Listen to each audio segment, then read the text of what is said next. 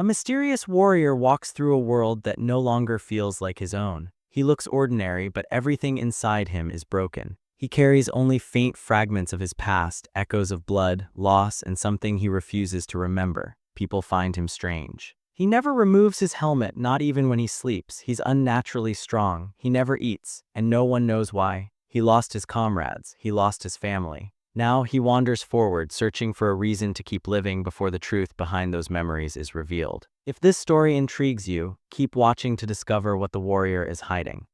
An orc swings its club around at a man who blocks it with a shield, absorbing the impact with ease. The orc looks confused and wonders how a tiny human blocked its hit. An archer tells the others to attack now. Their two other party mates also draw their bows and magic spells and hit the orc's face all at once, killing it. The archer says that everyone did a good job and asks if anyone was injured. The mage says that they were fine, and the ranger girl says that she just leveled up thanks to that orc. The archer thanks the vanguard, saying that it was reassuring to have Mr. Marin with them. Marin nods in silence. The others looks changed to disgust after seeing what Marin was doing. They ask if he was really going to do it again as he pulls out his knife while grabbing the orc's finger. Marin looks at his sharp knife before getting to work. The first step is to remove all the hair from the orc's limbs. Then drain the blood, simmer it slowly with spices, and eliminate the stench. Then cut the meat into easy-to-eat pieces and stir-fry it with noodles. The ranger girl says that she can't get used to it no matter how many times she sees him do it. She asks why he eats monsters when there is decent food with them.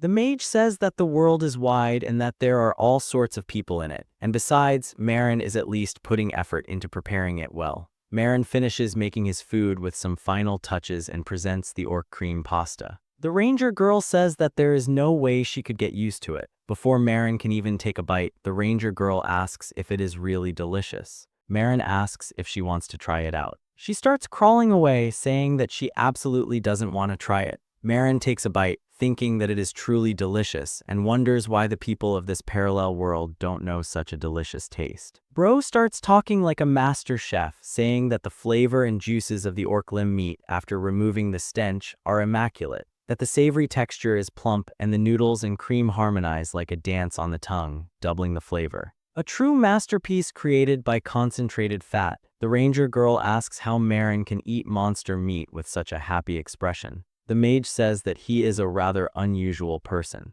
The archer asks if they have heard a story about a hero who failed the other day and was found dead. Marin suddenly stops eating after hearing this. The ranger girl asks where the hero was found, surprised. The archer tells her that he was found in Tilson Forest in the south. The archer girl says that she passed through that neighborhood on her way just the other day. The mage says that the missing hero was the most promising one recently. She asks how someone of that caliber could even be defeated and wonders how strong the monster out there must be. Marin continues to eat after that pause. The ranger girl notices him and says that no matter what kind of monster they come across, Marin only thinks about eating them. She asks why he started eating monsters in the first place. Marin hesitates to answer. 3 months ago, in a small village in the south, travelers mob around a carriage, asking why the regular carriages suddenly got suspended, and saying that they should have departed normally by yesterday. The merchant tells them that a red boar appeared along the way, and that there was no way they could go while that thing rampaged on the road. He tells them to look at the state of the carriage that departed just yesterday, pointing at a barely functioning carriage that breaks down in front of the people. He tells them that he won't be leaving this town for a while and asks them to look elsewhere if they want to leave. The people start dispersing, asking what they are supposed to do now.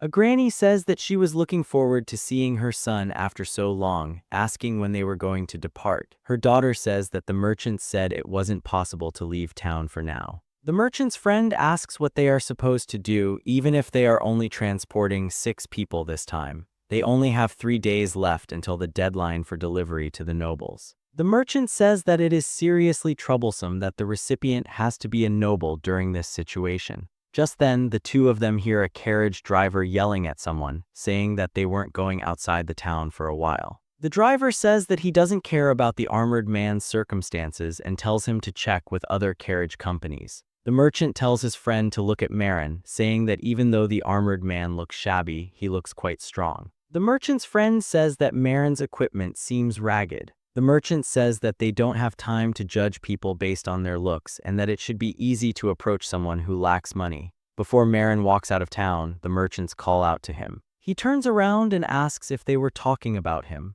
The merchant's friend comes up to Marin, saying that the carriages are looking to leave town and asks where Marin is headed. Marin says that he is going to a diorama in the east. The merchant's friend says that they also have a group heading that way and asks if Marin wants to join them. He says that they want Marin to escort them to the destination in exchange for the fare. Marin says that he heard the other carriages would be staying in town for a while. The merchant says that the situation outside has become dangerous, but they have to hurry because of a delivery deadline, and from the conversation earlier, Marin is in the same boat. The merchant says that they should cooperate since they are both in a hurry. Marin says that he will accompany them, and the merchant is delighted to hear that. The merchant asks Marin to wait for a while as they want to increase the number of escorts as much as possible before noon. Marin says that he will wait in the carriage. The merchant says that his name is Mahamu and asks for Marin's name. Marin says that his name is Marin Grass. Mahamu walks up to his friend and says that something is strange about Marin and that he might be a deserter. His friend says that he doesn't care, as long as he is someone who can fight monsters, it's fine. He tells Mahamu to go gather more mercenaries if he is that worried. Marin dozes off in the carriage, and a boy with a frightened expression sees a severed head on the ground and asks how it came to this. He asks how a hero ended so vainly while looking at a dead man with blonde hair. He hears a groan behind him and slowly turns around, looking into the forest. He sees the abdomen of a massive spider. He says that he doesn't want to die here, that he must go back alive, back to a diorama. He hears a distant voice calling him, Marin.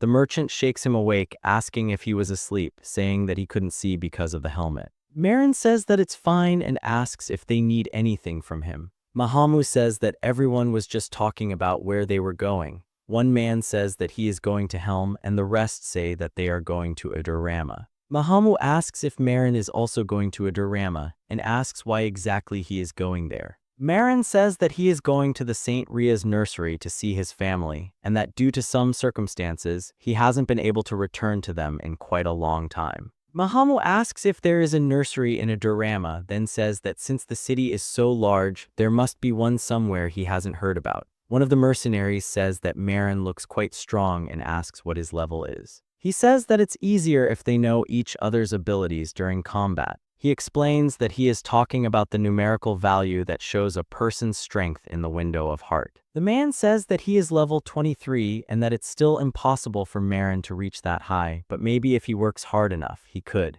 Marin opens his window and says that the number reads 95, but no one hears it because of a sudden commotion outside. The driver shouts that it's coming, and in front of the carriage, a red boar comes thundering toward them. The mercenary tells everyone to quickly prepare for combat and to lure it away from the carriage before it gets too close. Another mercenary suggests giving up on the carriage as the boar is already too close. Marin looks at the boar, thinking that even though its appearance is a little strange, it looks just like a red boar, as its name suggests. He appraises it and sees that it is level 62. He thinks that it is just the right opponent to test something. He pulls out his sword and starts walking straight toward the boar. A mercenary notices him and asks what Marin is doing and if he wants to die. The boar thunders straight toward Marin, and in a single second it is sliced into 2 equal parts from the middle. The 2 halves fly past Marin and fall behind him, raining blood. Everyone present cannot believe their eyes. Marin slowly turns around. Even he hadn't thought that a single strike could be enough to do this much damage. The mercenary hits him on the back, saying that it was amazing how Marin sliced the red boar in one hit. He says that he judged Marin based on his voice sounding so young, but he turned out to be incredible. He asks if Marin might be an elf or a beastman. Marin refuses quickly but doesn't say what he is. Seeing that everyone has turned to him out of curiosity, he stops himself. The mercenary hits him a few more times, trying to ease the tense situation, saying that they should skip to dinner instead. He tells everyone that they are having a meal before moving again. While the escorts prepare the food, they ask each other what Marin's deal is, and if it isn't a little weird that he keeps his face hidden all the time. Another says that maybe Marin's old sword is actually an amazing treasure. Mahamu says that Marin's equipment looks cheap, but he might have some special skills. The ranger girl asks if that is really the case and asks if they shouldn't just ask him directly. She turns around, calling for Marin, but he is nowhere to be seen. One of the men says that Marin was there just a minute ago, and the girl also says that she saw him a few minutes ago. Then they see him, dragging the red boar toward them. The girl quickly asks what he is thinking, bringing a monster toward them while they are having their meal. She asks if he has lost his mind. Marin says that he thought having some meat would be good. She tells him to take the boar back immediately. They give him a bowl of terrible vegan soup with no meat. A bald man says that Marin can't bring a monster's corpse near them while they are eating and says that Marin made him lose his appetite. Marin raises his face guard and brings a spoonful of soup near his mouth, but the smell alone makes him want to puke. The ranger girl enjoys the soup, saying that the potatoes are just melting in her mouth and that the soup is warm. Marin asks if this is what they consider tasty. She tells him that it is pretty good for an outdoor meal and asks if he was expecting steak served on a silver plate or something. After seeing his reaction, she asks if he was actually planning to eat that monster earlier. She asks if he is seriously putting aside how disgusting that thing is and asks what would happen if it was poisonous. She tells him that it is basic common sense to only take the necessary materials from a monster corpse and burn the rest as quickly as possible. She says that he is better off starving than eating something like that, and since he is going to a Damara, which is still a long way away, he is better off eating what he is served, even if it doesn't suit his taste. One of the mercenaries calls the ranger girl and asks her to give him a hand lighting the corpse on fire, as it isn't burning with a torch. She runs up to the corpse and tells them to stand back. Marin gets curious, wondering why they are asking a ranger to light a fire. The girl uses fire magic, which quickly spreads around the monster and starts burning it. Marin stands there, surprised. The mercenary says that it is so convenient to have someone who knows magic and says that Marin should learn some spells too. The girl agrees, saying that it is a good idea as it is very easy to learn and very useful. Marin walks up to her and asks if she is from the magic tower. She asks why he is suddenly asking about the magic tower. Marin says that it is because most mages are from the magic tower. The girl says that she is just a ranger. Marin asks how she used magic if she isn't a mage. The girl sighs, saying that anyone can use magic. Marin asks if it doesn't take more than 3 years to master original magic. The girl asks what era Marin is talking about. She says that magic is basic for adventurers these days. Marin says that it can't be true. She asks if he has been living under a rock for a few centuries. She walks through a bush, telling him to follow. She asks if he sees the lights of the city, pointing at it. Marin asks if all those lights are magic stones instead of lamps. She asks if it is really the first time he has seen it and says that it must be rare out in the countryside. She tells him that even children's toys run on magic stones these days. Marin says that things like this didn't exist when he was little and says that time flies fast. Marin stares at the city for a long time. One of the mercenaries says that the smell of meat is making him hungry and says that he hopes it is pork instead of monster meat. The merchant asks if the mercenary wants to have a slice. The mercenary asks if the merchant is trying to kill him so he doesn't have to pay for the escort. The merchant offers to give the mercenary a lavish meal once the job is done, with a cold beer. Marin sees all that good meat going to waste and his stomach starts growling. Eventually, they reach eastern Adorama. The merchants thank Marin for helping them and catching the red boar, making the trip far less scary and much faster. They say that they are truly grateful to him. Marin says that he was just doing his job, his voice barely audible and his stomach growling ferociously. One of the mercenaries asks if Marin really skipped all the meals. The merchant says that he tried to eat something, but even when he was forced to eat, he spat everything out in the end and just drank water. The mercenary asks if it is some kind of illness. The merchant says that it could be the reason, saying that maybe this is why he didn't take off his helmet, so it doesn't spread to anyone. Marin gets stopped again before he can walk away. The merchant gives him a pouch, saying that it is a personal token of thanks. Marin says that a reward wasn't part of their agreement. The merchant says that it is only right for them to give him something for his help. Marin opens the pouch after the merchants leave and sees that it is filled with potatoes. He throws the potatoes away before going on his way.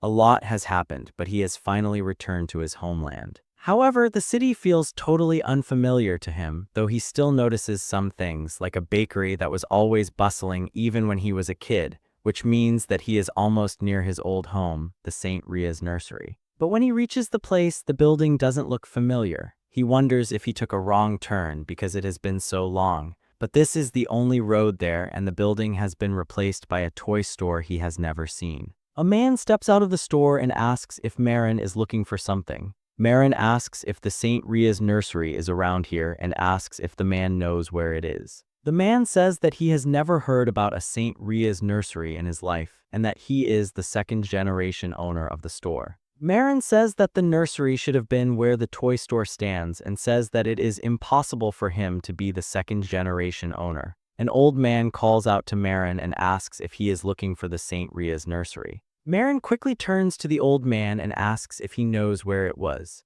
The old man says that he hasn't seen it himself but heard about it a long time ago. He says that the nursery was surely here a long time ago. Marin asks what the old man means by long ago. The old man says that he heard the nursery burned down in an attack by a certain dragon.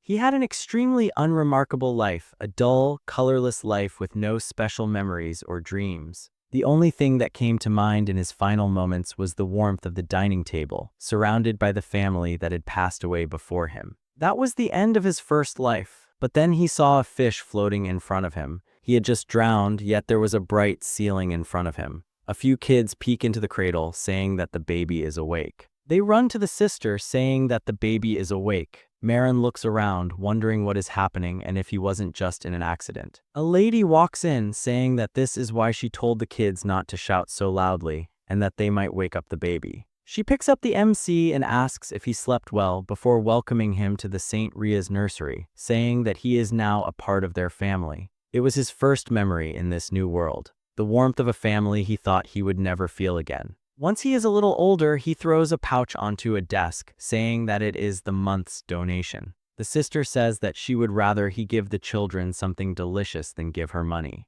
Marin walks toward the door and the sister asks if he hadn't just returned a few days ago and asks if he is leaving already. She asks if he isn't overworking himself. Marin quickly says that it is nothing much. The sister says that she worries because he almost never comes back. Marin reassures her, saying that it is a very simple job and that he just needs to clear a small group of goblins in the south. The sister says that she trusts him and asks him to promise one thing before he leaves. She asks him to promise that he won't be too late coming back this time and says that she will bake his favorite berry pie. Marin smiles, saying that he promises to come back in time. Back in the present, he reaches a cemetery and a nun asks who Marin is looking for. She says that most of the buildings were rebuilt after the dragon attack and that there were no survivors at the old nursery. She tells him that the temple now acts as a nursery in its place. She says that no one has visited these graves in a long time and asks what his relationship was. But Marin ignores her and kneels down near a tree.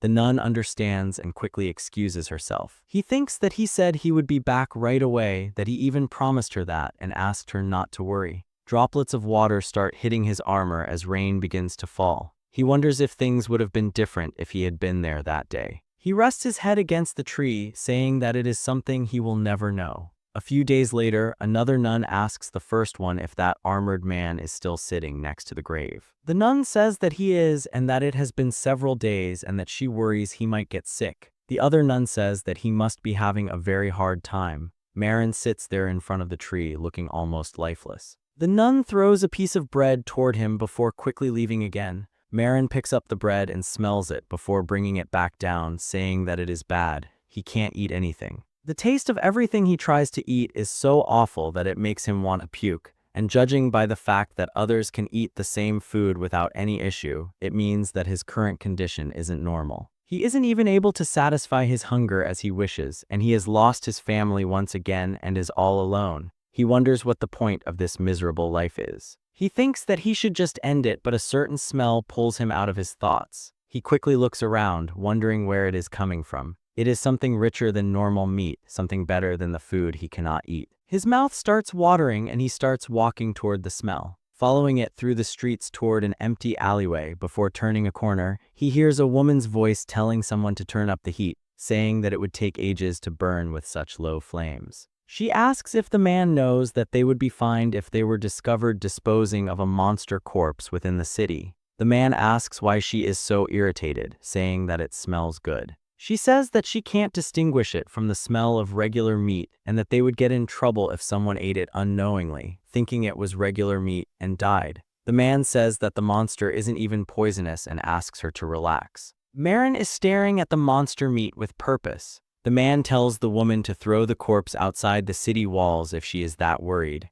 Marin says that it smells delicious. While they are looking away, Marin quickly grabs a piece and runs away, taking it back to the cemetery. He cuts off the burnt parts of the meat with his knife and sees that the inside is cooked. He bites into it and is shocked by the flavor. He can't believe it. He eats more and more, even the burnt parts, saying that it is a fantastic taste he has never had before. Even though it is slightly burnt, the rich juices of the meat overflow in his mouth. It is far superior to the ordinary meals that he couldn't even swallow. A taste that stimulates his instincts every time it passes through his throat. He eats so ferociously that he accidentally bites his own hand. Feeling the sudden pain, he falls to the ground and tears flow inside his helmet as he apologizes to his family for being the only one who survived. He says that he still wants to live. To live like a human, to eat more delicious things and have a happy life. He asks if it is all right for him to be that selfish. He stays there for a long time, crying, but suddenly he feels as if a hand touches his injured hand. He looks down at his arm. It is only a leaf that has fallen on his hand. He looks up at the tree in surprise. Suppressing his urge to cry once again, he picks up all his gear while looking up at the tree and says that he is going now and that he will return without delay this time. It is the beginning of his secret gourmet journey.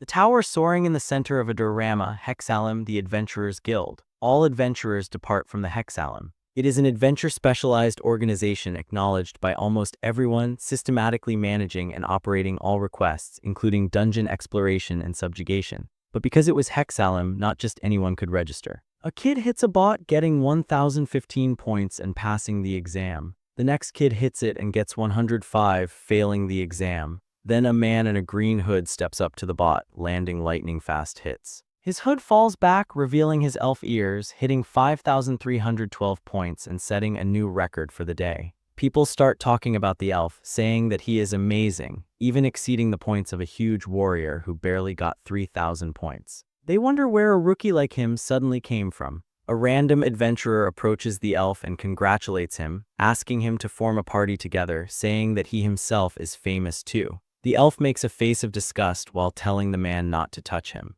Just then, Marin walks past the elf, accidentally bumping shoulders with him. Marin quickly turns to apologize to the elf, and a mouse tells Marin to quickly go take his test. The mouse calls Marin an irritating person and asks if Marin is sure he can take the test properly with his helmet. Marin says that he can do it while walking forward. The elf smiles, thinking that Marin is just nervous and didn't see where he was going, and places a hand on Marin's shoulder, asking him to relax. He says that Marin won't be able to show his true abilities if he is this nervous. Marin thanks him, confused to see the elf suddenly talking to him. The elf says that fellow comrades should always help each other. Marin wonders what that means as the elf enters the guild. The receptionist says that she was waiting for him, calling the elf Sir Daria. Daisy says that she heard Sir Daria got first place in today's test. Daria says that this much was nothing for him. Daisy gives Daria a certificate, saying that he is officially an adventurer affiliated with the Hexalum now.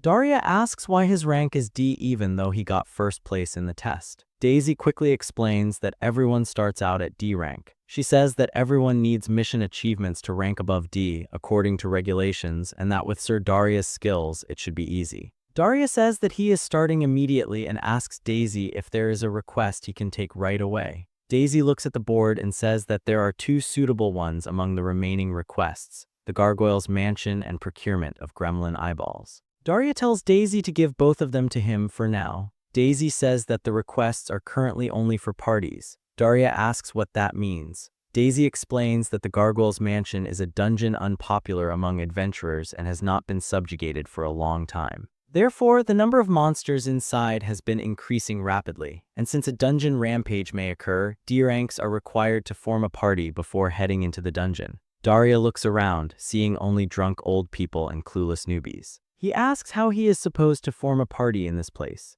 Just then, the wall behind him explodes and something comes flying straight toward him, launching him to the side and crashing into the wall with a huge bang. Daisy asks if Daria is all right. Daria is more interested in what just happened. Daisy says that the testing golem suddenly broke through the wall and flew over to them. Daria looks at the hole in the wall and sees Marin standing there with his fist extended. Later, with a deep bow, Marin apologizes to Daisy. Daisy says that there is no need for an apology and that there were no casualties, and that Marin hadn't committed any fraudulent activity during the test. She tells him that she has been working there for a long time, but this is the first time she has seen such a sight. Marin apologizes once again, and Daisy says that it is fine as long as he compensates for the damages. She starts listing the damages, and Marin starts sweating inside his helmet. She says that he will have to pay 2 gold coins and 30 silver, and then they will be even. Marin checks how much money he has in his pouch, only to find some crumbs. He asks if there is a deadline for when he needs to pay.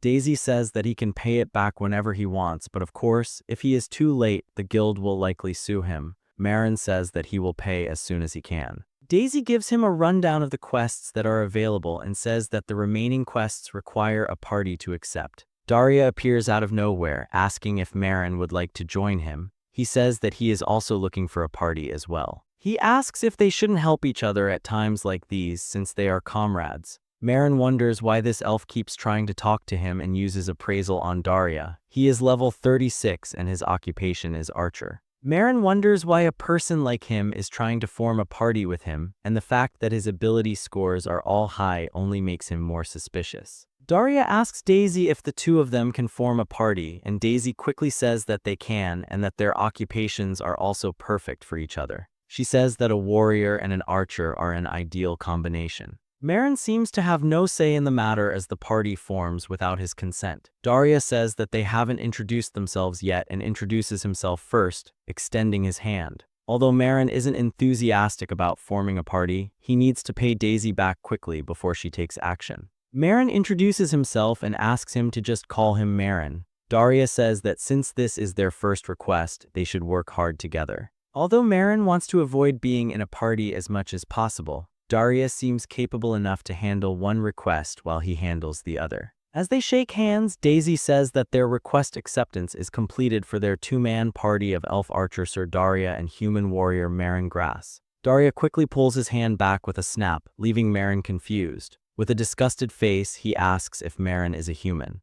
While looking at a narrow cave entrance, Marin asks if this was really it, the dungeon named Gargoyle Mansion. Daria clicks his tongue, asking what Marin was doing and tells him to go inside already. He complains about why he had to party with a human of all things while walking past Marin. Marin stares at the elf from behind. The elves were a long-lived race with tall and beautiful appearances. Marin knew that they were often enslaved and had bad relationships with humans, but the guild receptionist didn't seem like that at all. After walking for a while, they reach a Gothic mansion. It lived up to the name and was completely different from the world outside. He looks at some flying gremlins and uses appraisal on them. The stupid, ugly things were a lesser species of gargoyles. Their bodies would become sturdier and larger as they grew older. The elf tells Marin to stay out of his way and not interfere with the request and not to talk to him. He says that he would handle everything himself, saying that he didn't want to catch the stupidity of a short-lived race. Marin just ignores him and walks past the elf. Daria tells Marin to stop ignoring him and says that he just told Marin to stay out of his way. He asks how Marin dared to ignore him and says that it must be because humans live such short lives that they don't even know proper manners.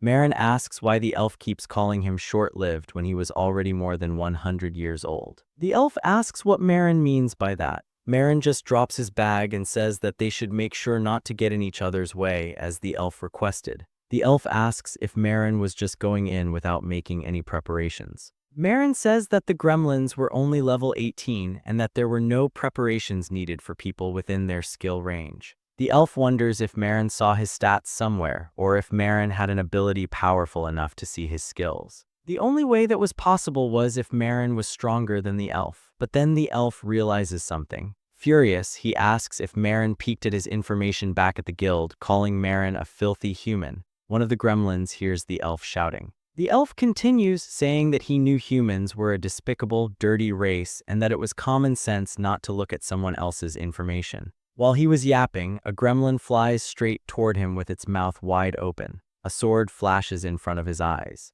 Marin says that staying silent in a dungeon was basic common sense. Within a second, he stands behind the elf, the gremlin cut into 2 pieces. Its blood splashes all over the elf. Marin wipes the blood off his sword while saying that he saw the elf's information when they greeted each other back at the guild. The elf says that Marin was right then, but Marin cuts him off and says that if the elf hated him being there that much, he should do his respective task quickly instead of holding Marin back. The elf says that he wasn't holding anyone back. He says that he would take care of the gargoyles and tells Marin to go catch some gremlins or something. Marin walks away, telling the elf to do whatever he liked. A few minutes later, Marin finishes catching all 50 gremlins he needed. He thinks that this many eyeballs were enough. He looks over at the elf's side. A broken arrow was sticking out of a gargoyle's head. The elf was out of breath with no more arrows left. The gargoyles attack him and he starts swinging his bow around. Marin decides to ignore him, thinking that the elf would probably be fine. He sets up his makeshift kitchen right there. But looking at the gremlin, he wonders how he was even supposed to eat it. It looked like a frog, so he decides to butcher it the same way. He manages to gather only the parts that seemed edible, but there was less than he thought there would be. Since there wasn't much meat, he decides to make skewers out of them. But just that was boring, so he tries grilling the organs as well, thinking it would be the same as cow or pig if he cooked them properly. He cooks the skewers over the fire, and before long, the gremlin skewers are ready. He thinks they look a lot better than he expected. He can't wait to taste them. He quickly raises the face cover and takes a bite. It was delicious. He compares the taste to being closer to duck than chicken. There was a kind of pungent taste with a slight gaminess. He thinks it would have been better with some sauce, but he suddenly starts feeling nauseous and begins losing his senses. He was afflicted by minor poison. It was some kind of paralysis poison that made it hard for him to move his body. He wonders if the pungent taste was because it was poisonous. He wonders how he was supposed to deal with the poison without an antidote. But then he remembers that gremlins weren't monsters known to use poison to attack. And if their bodies themselves were poisonous, that meant they were able to neutralize their own poison. He rummages through the gremlin corpses he had thrown away to find its liver and quickly starts eating it.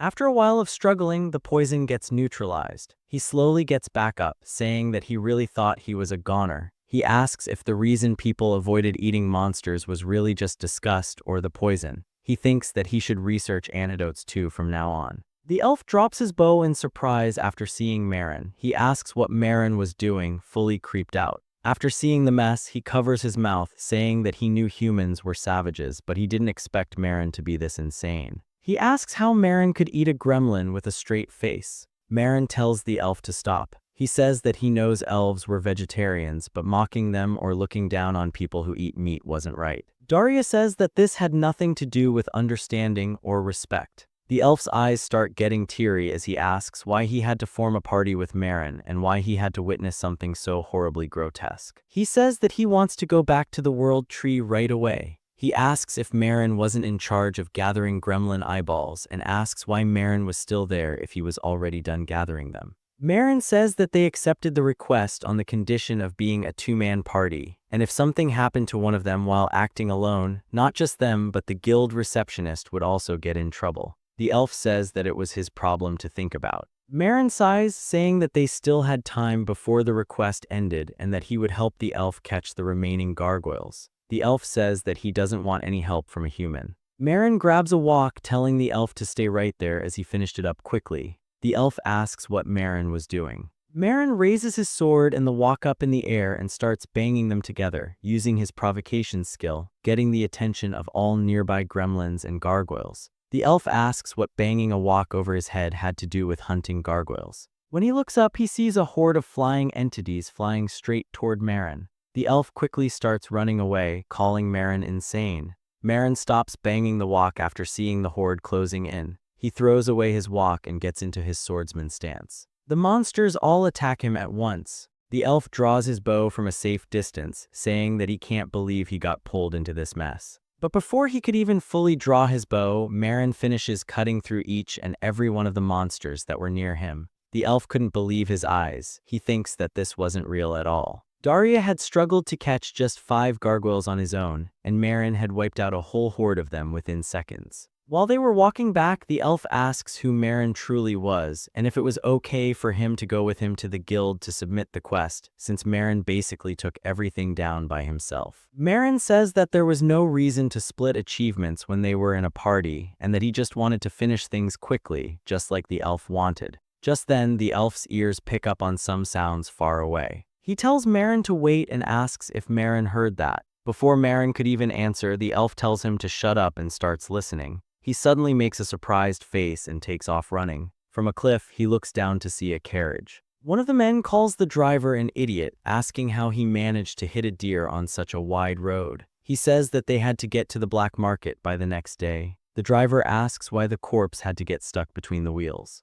They kick an elf male in the back, telling him to move quickly, saying that they needed to leave fast. Daria's pupils go narrow after seeing the elf getting beaten while he begged them to stop. Daria asks Marin to look and says that this was why he despised humans. He says that humans claimed to have abolished slavery, yet they were secretly still trafficking other races. He tells Marin to grab his sword, saying that the slavers wouldn't understand unless they suffered. Marin asks why he should get involved in something that was clearly none of his business. The elf asks what Marin means by that. Marin asks how Daria was so sure that the elf was an illegal slave. He says that the elf might be a debt slave or a criminal slave for all they knew. Daria says that he clearly heard the slavers say that they were headed toward the black market. Marin turns around to leave, saying that they should go back and report it to the guards, and that he wasn't going to waste time on something that wasn't part of the request. Daria says that he thought Marin would at least be a little different, but he turned out to be just like the rest of them.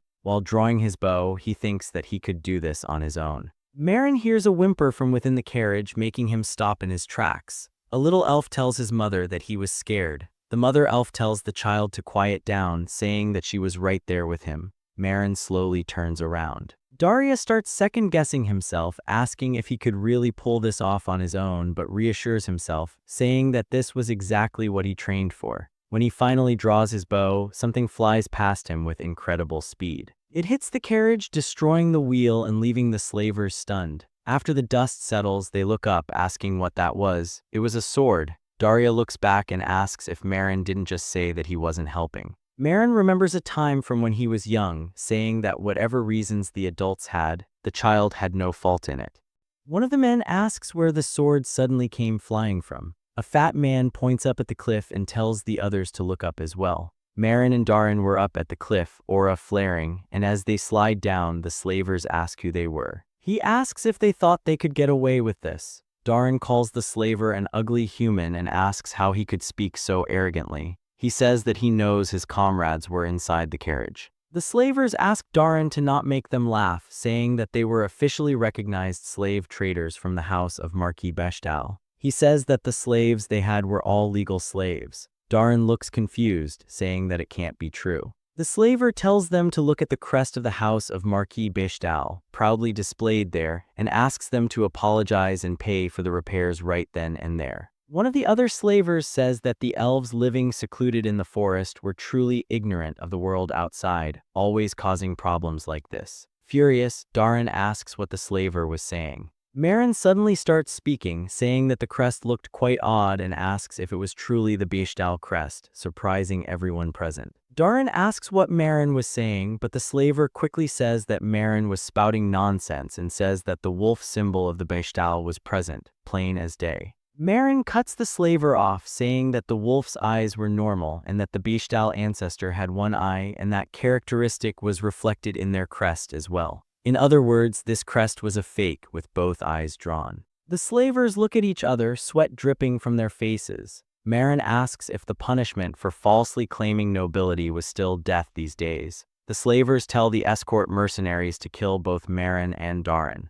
As a massive man with a great sword prepares to swing his sword at Marin, Marin says that it used to be customary to avoid fighting fellow mercenaries, but he assumes that things were different now. Making his fingers into a claw shape, he hits the armored mercenary right in the chest, making him spit out blood before he goes flying past the others, crashing into the cliff and leaving a caving mark on the armor where Marin hit him. The slaver asks how a huge man like that could be taken down in one hit like that. An arrow flies past his face, grazing him in the process. The slaver falls on his ass, crawling back as Darin stands in front with his bow drawn, asking if the slaver still intended to fight. The slaver says that he surrenders. Later that night, back at the guild, Marin stands on the sidelines as the elves thank Darin for saving them. Darin says that he was just doing the right thing. He then walks up to Marin, apologizing for keeping him waiting, and Marin asks if everything was settled. Darin says that he handed over the captured illegal slave traders to the guards, and the elves told him that they had relatives living in the city who would come to pick them up. And since the slave traders were also guilty of impersonating a noble, they would be punished severely. The little elf girl calls out to Marin, asking if he wasn't the uncle who saved them.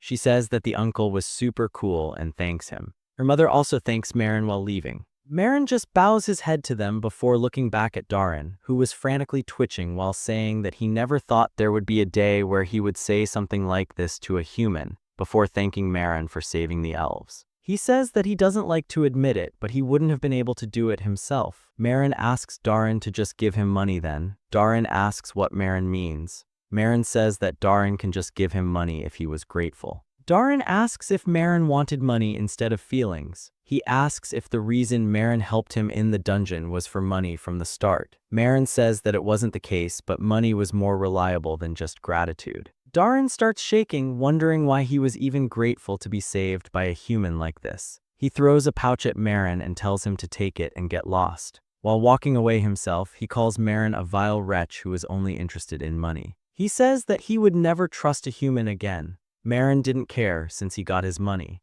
The next day in the Hexalum Guild, Daisy confirms that the number of request items was exactly right and congratulates Marin on completing his first request. She says that it was a bit high difficulty for a first quest, but Marin had managed to finish it quickly regardless. Marin thanks her as she gives him the reward for the request. Seeing only a few silver coins, he says that the reward was a bit short. Daisy cuts him off and says that according to the guild rules, until his debt was repaid, it was automatically deducted from the request reward. Marin says that he would pay it back as soon as possible, with a chill running down his spine, and starts walking away from the counter dejected. He looks at the request board. Leaving the money aside, he wanted to try eating some different monsters. The requests he could take were the Stoned Dungeon, which only had stone monsters, so an immediate pass. Then an orc hut subjugation request. It was something new. He wonders what an orc tasted like. Just then, someone walks up behind him asking if he was Marin. It was the archer girl. She says that she wasn't expecting to see him there. She asks if he wasn't a mercenary and asks if he became an adventurer. She slaps him on the shoulder, saying that she thought he must have surely died somewhere after seeing him not eat anything at all.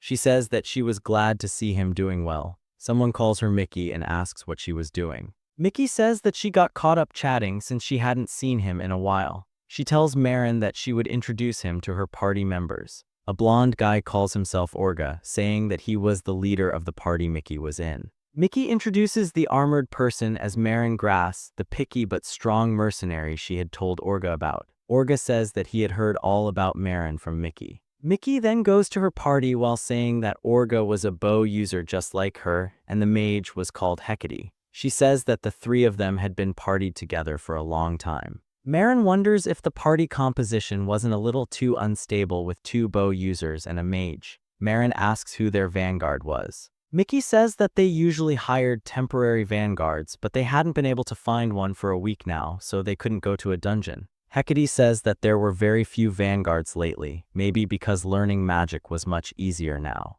Mickey extends her hand toward Marin, asking what he thought about joining their party as their vanguard to go to the Orc Hut dungeon. The name of the dungeon piques his interest. Later that day, an orc swings its club and Mickey barely manages to jump away in time. When it looks up, an arrow flies straight into its eye. Mickey says that Orga hit a nice shot. The orc's head explodes thanks to Hecate's spell. Mickey walks up to the orc corpse, saying that they were totally in sync today and that they had already taken down two more in no time. Hecate says that she was glad her spell hit, as she was nervous that she might be too slow. Mickey says that the hunting had been going smoothly ever since Marin joined their party. Hecate hears something and quickly notifies the others, who were now also hearing the same noise. It was a horde of orcs running straight toward them. Mickey asks why they were swarming them and asks if the orcs maybe heard the cries of the orc they just killed. Orga tells the team to just focus on running for now. As they start to run, Hecate looks back while running, causing her to accidentally trip and fall to the ground. The orc was right on her and there was no way for her to dodge. At the last second, she sees Marin's silhouette fly past her eyes for a second, leaving the orc cut in half. Not just one, but all of them, some cut from the waist, others missing their heads, and some completely in half. Orga and Mickey come to aid Hecate, asking if she was alright, but all their eyes were stuck on Marin, wondering how strong he truly was to take down a horde of orcs in just 1 second. Later, they continue hunting, and Orga says that they had taken down more than 10 and says that they can call it for the day. Mickey says that her shoulder was about to pop off after shooting her bow so many times. Mickey then says that Marin was scary strong and asks what level the others think he was to get that strong. Orga says that Hecate was safe thanks to Marin's strength. Hecate agrees, saying she didn't even get to thank him because of how surprised she was. She turns around to thank him, but he wasn't there. She asks if he wasn't there just a moment ago. She starts sniffing his scent but smells the smell of roasting meat instead. Mickey asks how that was possible, suddenly in the middle of a dungeon. They follow the scent to find Marin and ask what he was doing there alone. Mickey says that he should have said something if he was grilling meat, as there were mushrooms around that were even more delicious than grilled meat. She says that they should all eat together before noticing an orc head and limbs cut into pieces. She starts waddling back, asking what Marin was doing. Orga says that the request didn't ask them to grill the meat and bring it back. Marin finishes cooking his grilled orc thigh. He had thought it would be similar to pork since the orc resembled pigs, but after grilling it, it felt more like a mix of cow and pig. He wonders what it tasted like while going for a bite. It was delicious. With every bite, the rich meat juices overflow and the true flavor is revealed. It really was closer to pork than beef. The high fat content and soft texture were incredibly savory. Mickey screams, telling Marin not to eat it. Orga looks away while covering his mouth. Hecate starts praying for some reason. Marin sprinkles a little salt and pepper before grilling, thinking that this should make it even better now, and he was right. The simple seasoning fit perfectly. Even though it was a bit greasy, he wonders if he should eat a little bit of vegetables later. Orga asks how Marin was eating monster meat and enjoying it. Mickey says that she wants to believe this was a dream too. Mickey asks Orga and Hecate to come to her, and they huddle together. Marin assumes that they were making plans to kick him from the party, but still, he wanted to enjoy the orc meat while it lasted. Orga places a hand on Marin's shoulder, saying that he had heard about regions where people caught and ate monsters due to lack of food. Mickey also says that she understands why Marin can't eat normal food now. Confused, Marin asks if they weren't kicking him out of the party. Mickey says that they wouldn't kick out their competent vanguard just because his tastes were a little different. Hecate says that she had brought some biscuits and offers to share them with Marin. Marin thanks them, and Orga says that they should get some sleep since the sun was already set. Mickey says that she had brought some beef jerky and asks if Marin wanted to try it. Marin says that he doesn't want to while continuing to eat his orc. Early the next morning, they start hunting orcs once again. An orc lifts its hand and punches Marin's shield, but Marin doesn't even budge, and the rest of them fire their projectiles at its face altogether. That evening, Marin cooks more monster meat, and the next day as well. And a few days later at night, Mickey asks if Marin was still sleeping alone far from them, even though it was the last day of the request. Marin says that it was easier that way while walking away. Orga offers to take first watch. Hecate thanks him and wishes everyone a good night. Marin also lies down, hearing the calming sound of the campfire. He remembers a very old memory of his. A man asks why Marin had been saying that the fire was already lit when he was out looking for firewood. The rest of the conversation was illegible, or he just forgot what was said as it had been so long. As he was slowly falling into deep sleep, he hears someone calling his name and springs awake. He sees the party members all staring at him. He asks why everyone was awake and asks if it was his turn to watch now. Hecate points her wand at his face, telling him not to move. She says that the incantation was already complete, and if Marin moved, his head would fly off. She then asks him to just answer their questions. Mickey says that they had used an appraisal stone on him to check his information while he was sleeping, since he was strangely strong and never got hurt even once. While pointing at him with a shaking finger, she asks what that meant, a title called Kinslayer. Kinslayer was a title given to a cold-blooded person who had massacred over 100 of their own race. Their power increases by 5% when fighting against one's own race. Mickey asks if Marin had killed more than 100 people and says that it wasn't an issue they could overlook. Orga says that since Marin managed to become an adventurer at the Hexalum Guild without any issue, he must not have any criminal record, but that was a separate issue. He asks Marin to explain why he had the Kinslayer title and asks if it was a misunderstanding. Marin just looks at them, not answering. Hecate asks why he wasn't answering and if Marin had approached them targeting their lives from the start. Marin says that wasn't the case. Orga then asks him to explain why he had the Kinslayer title. Marin looks down and says that he can't do that. Orga pulls Hecate's wand away from Marin's face and says that they don't know what Marin's circumstances were, but asks him to understand that they couldn't turn a blind eye to this situation right now. Orga says that he doesn't care if Marin eats monsters or if his level is ridiculously high, but they couldn't trust Marin anymore knowing he had experience killing people. He says that he wants Marin to leave the party. Marin says that he understands, gets up, and leaves them after quickly packing his stuff. 100 years ago, in the southern Tisan forest, a bunch of goblins attack a warrior using the taunt skill. An archer says that the monsters fall for their traps way too easily while shooting arrows rapidly, killing both goblins midair. The warrior walks up to the goblins to confirm that they were dead before looking back at her teammates and asking if anyone was injured. He says that the archer was quite skilled to be able to shoot down 2 goblins at the same time. The archer says that it wasn't anything special and that she was getting praised too much for this. Another party member says that they still had to take down 18 more and asks everyone to get fired up. The archer says that the guy didn't do anything the whole time to be talking so big now. The blonde warrior asks if the person with the helmet had finished collecting the subjugation proof, calling the person Charlotte. Charlotte says they were done and tells the party leader that they should keep going. While walking, the archer asks if the guild receptionist they got was a bit cheeky this time. She says that it felt as if she was being looked down upon. The mage says that the receptionist was kind to him and that maybe it was only towards the archer. He then asks if there weren't a little fewer goblins than they had heard in the request. The man with the helmet says that it was probably because they were still near the entrance of the forest. He says that there would be more if they went to the settlement in the center. The mage cuts him off and asks if the goblins were hiding from them because they were scared. The archer says that she had never heard of monsters getting scared, both of them ignoring the person with the helmet completely. He grabs the archer's shoulder and asks if she couldn't hear him talk. The party members all turn around with red eyes. The archer has a massive hole through her chest, the mage and the team leader are missing arms, and the cleric has a broken face. They all ask why Marin did this to them. They ask why he was the only one who survived. Marin springs awake from sleep after the nightmare. He was in a bed at the inn. Looking outside, he says that it was always the same nightmare. He makes his way to the guild after waking up, and as soon as he enters, the people start staring at him, whispering to each other that Marin was the rumored guy and telling each other not to make eye contact with him. One says that Marin was a murderer who joins parties claiming it was his first time, then threatening and extorting money from them. Another asks if it was okay for someone like him to be in the guild.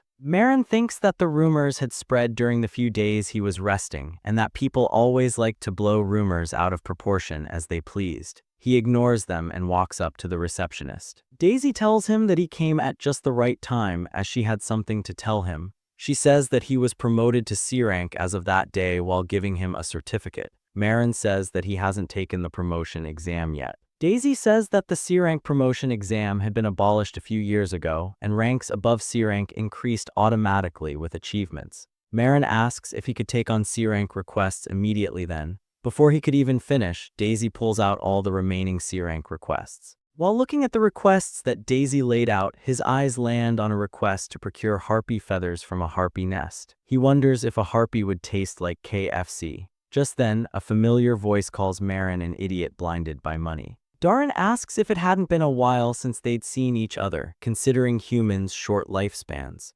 Darren says that he heard Marin had killed over 3 digits of humans and that Marin was somewhat of a celebrity among adventurers now. Marin ignores the elf and says that he would take the harpy quest. Darren shouts at Marin to stop ignoring them and says that the two of them came all the way there out of kindness just for him. Marin asks what Darren means by the two of them, and a red-haired beastkin girl approaches them, asking Darren if Marin was the human he was talking about. Darren tells her to come closer while turning to Marin to introduce him to the leader of the party he had just joined. The beastkin girl cuts Darren off and says that her name was Imater Ketorit Cherokee, and that she had heard a lot about Marin from Darren. Darren says that there was no reason to say unnecessary things. Marin thinks that Imater looks like a martial artist judging by her equipment. He appraises her and finds out that her job was a priest with extremely high attack and defense stats. He expected her strength to be high but wasn't expecting her to be a priest. She turns to him and says that her occupation was priest, as if it wasn't obvious. Marin asks which part of it was supposed to be obvious. Priests and clerics were support classes where healing was the important role. Nothing about Amater seemed fitting to be a priest. She was far from holy from every angle. Darren says that he was looking for a party of other races instead of humans, and just happened to run into a recruitment notice for a human-hating party that Amater put out, so he decided to join it. Amater says that there was only her and Darren in the party for now, but she heard the rumors about Marin and decided to look for him. Darren says that he suggested recruiting Marin even if he was human, since he had the Kinslayer title. Amater says that she had heard that Marin's skills were amazing and that she was willing to make an exception and accept Marin as the leader of the party. Marin tells them that he had no idea what they were talking about. Darren asks if humans were this slow at understanding because of their short ears. Amater extends her arm toward Marin and tells him to join their party. She says that she was impressed by how many humans he had erased and was making an exception to accept him into the party. Marin asks if they thought he would really accept their proposal. Amater asks if Marin had any other options if he turned them down, gesturing at the other adventurers who were still spreading rumors about him. It would have been impossible for him to find a new party with the Kinslayer story spread this much, so he accepts to accompany them temporarily. Amater says that he made a good choice while shaking his hand. Then she says that they should immediately go test out their skills and capabilities. Marin asks where they were going. Amater points at the Harpy dungeon and says that this was where they were going.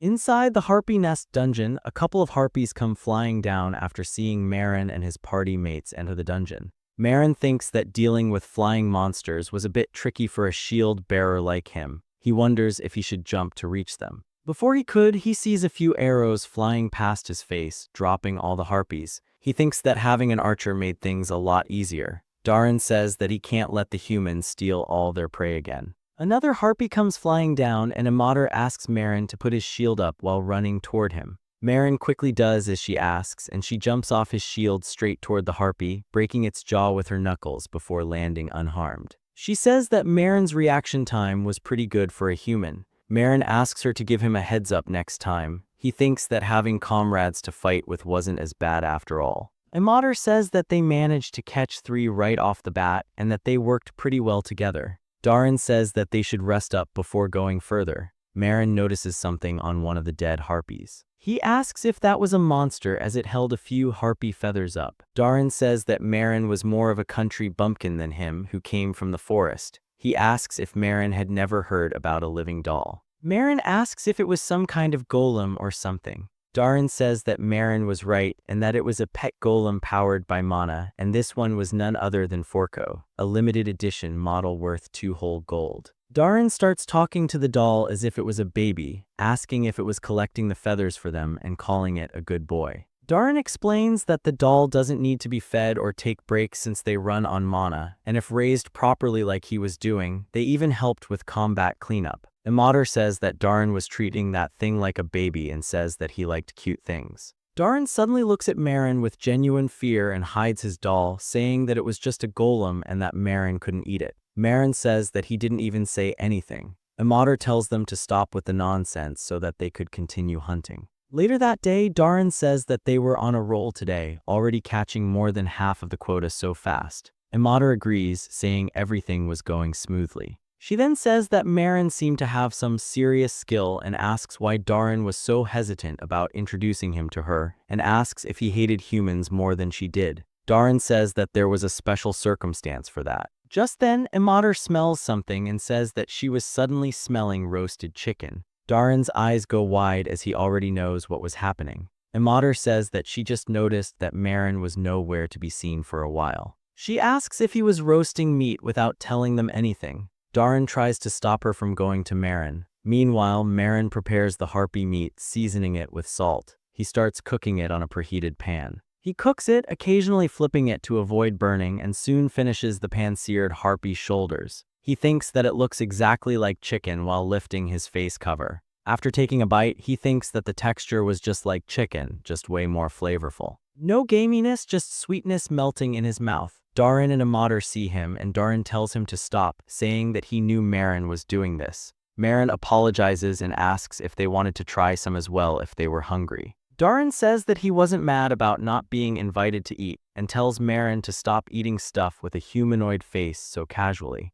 Imader falls to her knees holding her head, saying that this was the most horrifying thing she had ever seen in her life. She thought she had been through it all, but she was wrong. Marin says that harpies' faces were closer to fish mimicry than human, talking anatomically. Both of them shout that it wasn't the point. Darin says that he couldn't believe he had to see such a cruel scene on his second outing. Imader gets a whiff of the meat and her eyes immediately narrow. She quickly shakes herself, saying that it was monster meat, and says that she couldn't believe she thought it looked delicious even for a second. Marin notices her struggling and asks if she wanted to try some while extending his fork toward her. Darin says that there was no way he would eat something like that. Marin says that it was a shame that they didn't get how good it was. Imader starts pulling her hair, asking why the human was trying to test her, while Darin tries to calm her down. She asks why a monster smelled this good. Marin remembers that he was braising something to eat as well. He opens a pot over the fire, thinking that it took a long time but was finally cooked thoroughly.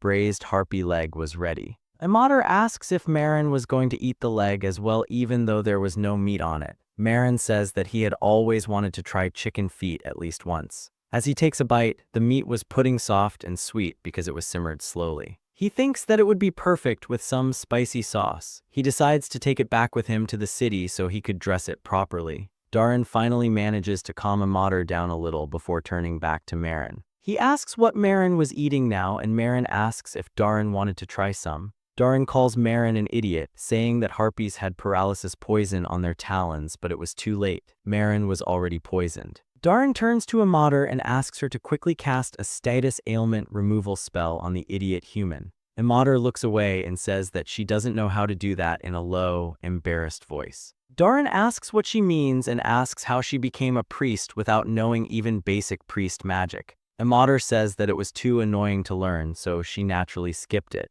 Another harpy notices them and flies toward them. Imader says that the harpy found them because Darin was yelling. Darin says that it was Imader's fault that he was yelling. Imader tells Darin to move so she could show him a new spell she had learned instead. Darin tells her not to rush like that. She fires a fiery inferno tornado at the harpy. Darin's pet doll also gets pulled into the tornado, leaving it completely burnt. Darin says that it was a complete nightmare, almost in tears, and says that he had Forco for less than a week. The harpy, however, was completely fine. Imader slowly turns around. Darin grabs her by the collar, saying that she killed his Forco. Imader says that her skill proficiency was still F rank, so the trajectory just veered off. Darin says that he wouldn't forget this grudge for 100 or even 1,000 years. Imader tells him to chill, offering to buy a new doll. Darin asks if she thinks that a new doll could replace his Forco. He says that it was a limited edition that couldn't be purchased anymore. Later that day, Daisy cheerfully confirms that all the quest items were received from the harpy nest.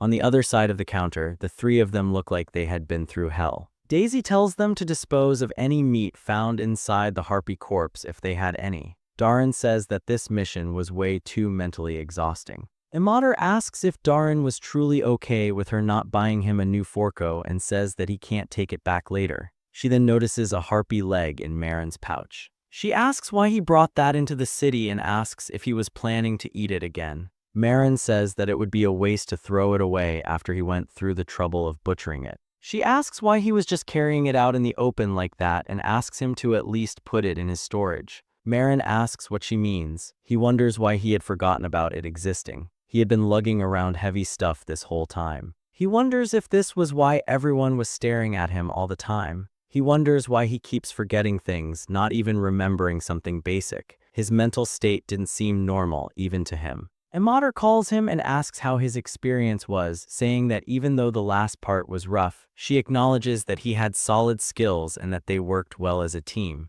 She invites him to officially join their party if he was up for it. She says that any request would be a breeze if the three of them worked together. A formal party with two individuals who both hated humans, but they definitely had the skills. And as he had expected last time, having allies was better than being alone in a dungeon. He accepts to join their party, and Imader, with a cheerful expression, says that she was glad he agreed and runs off to register the party by herself. Darin says that a lot had happened between them, but they were now comrades. He says that he was counting on Marin for the remainder of his short human life. Marin has a vision of the blonde warrior lady saying the same thing, but while calling him Charlotte. Marin says that he would try his best. Imader comes back waving a paper saying she applied for the formal party registration. Both Darin and Marin look at the piece of paper. She had named their party the Messed Ups. Darin asks why she would name a party Messed Up. Imader says that she was the leader and her decision was always right. Darin says that her role as leader doesn't mean she can abuse her power. He asks why she would name the party something like this. She says that she heard Marin saying this is messed up in the harpy nest earlier and really liked the word. She says that she didn't know what the word meant, but it was a word that touched her heart. Darin asks if she was stupid to name a party over a reason like that. He asks if she doesn't know the principle that party names were decided by all the members together. Imader says that they didn't have any other candidates for the party name and asks him to simply follow the team leader's opinion. Darin says that he can't believe that the achievements he builds up from then on would be under the name Messed Up. He asks why the world tree keeps giving him nothing but trials. But for Marin, it made no difference even if his party name was a bit weird. He thinks that he should go back to his room and quickly roast the rest of his harpy meat and eat. Imader asks where Marin was going. He tells her that he was going back to the inn. Imader says that they should hold a party to welcome their new party member, and it would double as a celebration for the request's success. Marin says that he didn't want to go. She tells him that a welcome party would be meaningless if the new member wasn't there himself. He tells Darin to come along once he was done crying. They go to a restaurant. Imader tells the two of them to eat and drink as much as they wanted. Darin says that he still can't accept a party name called Messed Up, no matter what she said. Imader tells him to give up since she had already submitted the form and that holding a grudge was so typical of an elf. Darin says that it was all Imader's fault. Marin sees the food laid out in front of him and thinks that it looked delicious. He wonders if he should try one bite. He gives in and tries to have a piece of the meat, but it tastes disgusting to him, like chewing on hot newspaper. Darin says that Imader could have picked a proper name like Star Seeker or Memoria. She asks if he really thought those names were cool, calling his taste lame. She tells him to let go of his lingering regrets already as she had something to discuss with Marin. Darin immediately realizes what she wanted to talk about. Marin asks what they were talking about. She says that it was about their party's goal. She says that the party's goal was to become an A-rank party in the shortest time possible. Marin asks why that was the case. Darin says that the two of them each had their circumstances. Adventurers in Hexarum all started at rank D and could rise to higher ranks through promotion exams. However, the highest rank an ordinary adventurer could reach through exams was limited to B rank. To reach A rank, one must be recognized for commensurate strength and achievement to gain the qualifications for promotion, and the content of that promotion exam was a mystery known to almost no one. It was an achievement that only the elites recognized by the guild could attain. As for Imader, she says that her younger siblings were still slaves captured by humans, and she needed a huge sum of money to liberate them. She says that the slaver told her that he would let her loose for 3 years and asked her to gather money and come back to buy her siblings freedom. She says that he had promised not to sell her siblings to anyone or lay hands on them for those 3 years. She says that her family became slaves after the revolution, and so they weren't saved, and the only way to become free was to buy their freedom back from the master. Marin asks what revolution she was talking about. Darin asks if Marin really didn't know about the revolution. He says that it had happened fairly recently, even by human standards, and more importantly, as a human, there was no way he shouldn't know about it. Imader asks if Marin had been living alone in the mountains for the last 100 years. Darin says that he will explain it with a serious expression. He says that Marin should know that humans had been kidnapping and trafficking other races for centuries now. The elves, because they were mysterious and beautiful, forced dwarves to work like machines because of their technical skills, and enslaved beastmen looking down on them as lesser beings. He says that even his family was among those who were locked up by humans and exploited for their own desires. In those prisons they couldn't escape from, they wasted away in both body and mind. Those who tried to escape were caught and all met terrible ends. After centuries of this exploitation, eventually unable to bear the tyranny any longer, many races united and formed an alliance. Even races that didn't like each other put their differences aside to stand up against the humans. That was the beginning of the revolution. Humans called it the race war. Among the several demands put forward by the demi-humans, one of them was the abolition of slavery. The demi-humans had declared that they would start a full-scale war if their demands weren't met. Naturally, the humans took a hardline stance at first, but unlike the demi-humans who had nothing to lose, the humans had much to lose. In the end, they accepted the conditions and signed a treaty, under which the trafficking of other races became illegal, and provisions were included to prevent humans from interfering in the demi-humans' lives. After that, the demi-humans who had hidden themselves for a long time slowly started to show themselves, and now seeing various races walking around had become a common sight. He says that it was thanks to that treaty that he and Amater could work as adventurers. Amater nods in agreement and says that this was the reason she became an adventurer as soon as she was liberated. Marin says that he had no idea such a treaty existed. He then asks what Darin's circumstance was for wanting to reach A rank. Darin says that it was to become the elder of the forest where he lived. His family had taken the role of forest elders for generations, and that duty was entrusted to his generation as well. But the problem was that the role was forced solely upon the eldest child of each generation. Even though his elder sister hated the idea of taking over the elder's seat, everyone kept insisting on the rules and trying to force her into the role. Even though he was more confident than anyone that he could protect the forest, after hearing his pleas, the elves held a council and decided that if he could prove himself with achievements in the outside world by the time he turned 150, then they would grant him the elder seat. He says that just becoming an A-rank adventurer wouldn't be enough. It was just a stepping stone for him to get to an even greater goal. From slavery to becoming an elder, they both had such desperate reasons, Marin thought. Darin says that since they each had their own desires, he would be grateful if they could go along with each other's goals. He says that it would be even better if Marin also had a goal similar to theirs. Amater asks if Marin didn't have a goal he wanted to achieve. Marin has a flashback of the cemetery he had been to in his hometown. He feels a sharp pain in his head and puts a hand over his forehead. Darin asks if Marin was alright, and Amater says that Marin didn't need to share it with them if he didn't want to. Marin clenches his fists and says that there was a dragon that he wanted to kill. Both Darin and Amater get surprised, asking if they heard wrong. Marin continues and says that he was talking about the dragon that had attacked Adorama years ago and burned the village to ash. He says that this was the dragon he wanted to kill, and also says that he had something he had to do once he met that dragon. Seeing the others being silent, he assumes that they think he was joking. Darin says that he had thought that Marin was just someone with nothing but greed, but for a human, he had bigger ambitions than the two of them. Amater asks if Marin was planning to eat the dragon as well, calling him absolutely insane while laughing. Darin says that this should mean that ranking up was also one of Marin's goals, as he needed to have a high rank to get information or join operations like dragon subjugations. He says that they should all do their best from then on, since they all had similar goals. Next day morning, since the party was officially formed the previous night, Marin decided to take it easy and cook up a hearty meal for himself. Even though he only had a few ingredients and was basically already broke, after paying for the inn, he had no money left. The oil was expensive and would be a waste to use only once, but he uses it anyway.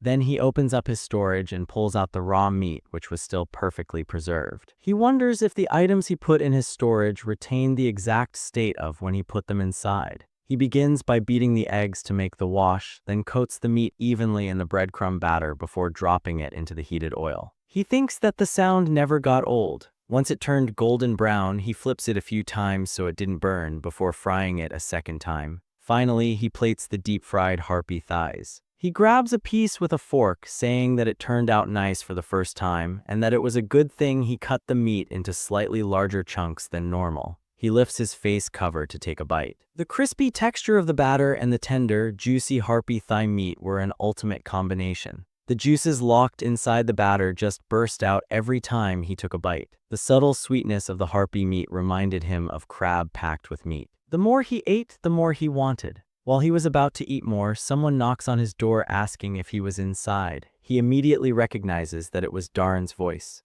Darin bangs on the door, asking if Marin was still asleep when it was broad daylight. He says that he knows Marin was inside and asks him to open up. Marin opens the door and asks what Darin wanted all of a sudden. Darin asks why Marin was wearing a helmet inside his room, but he quickly disregards the question and asks if Marin had some time to talk about something urgent. Marin says that he was in the middle of eating. Darin says that there was a problem with a modder. Marin invites Darin inside and tells him to explain what happened. Darin asks why they can't just talk outside, but then notices the food and asks if Marin was eating monster meat again. He then shakes himself off, thinking that a modder came first. Darin asks Marin to keep the fact that he was telling Marin everything a secret from a modder. With that said, he immediately asks Marin to lend him some money. Marin quickly springs up and says that he doesn't want to hear it anymore and asks Darin to leave. Darin tells Marin to at least listen to what he had to say until the end. Marin says that he will kick Darin out if it wasn't a convincing reason.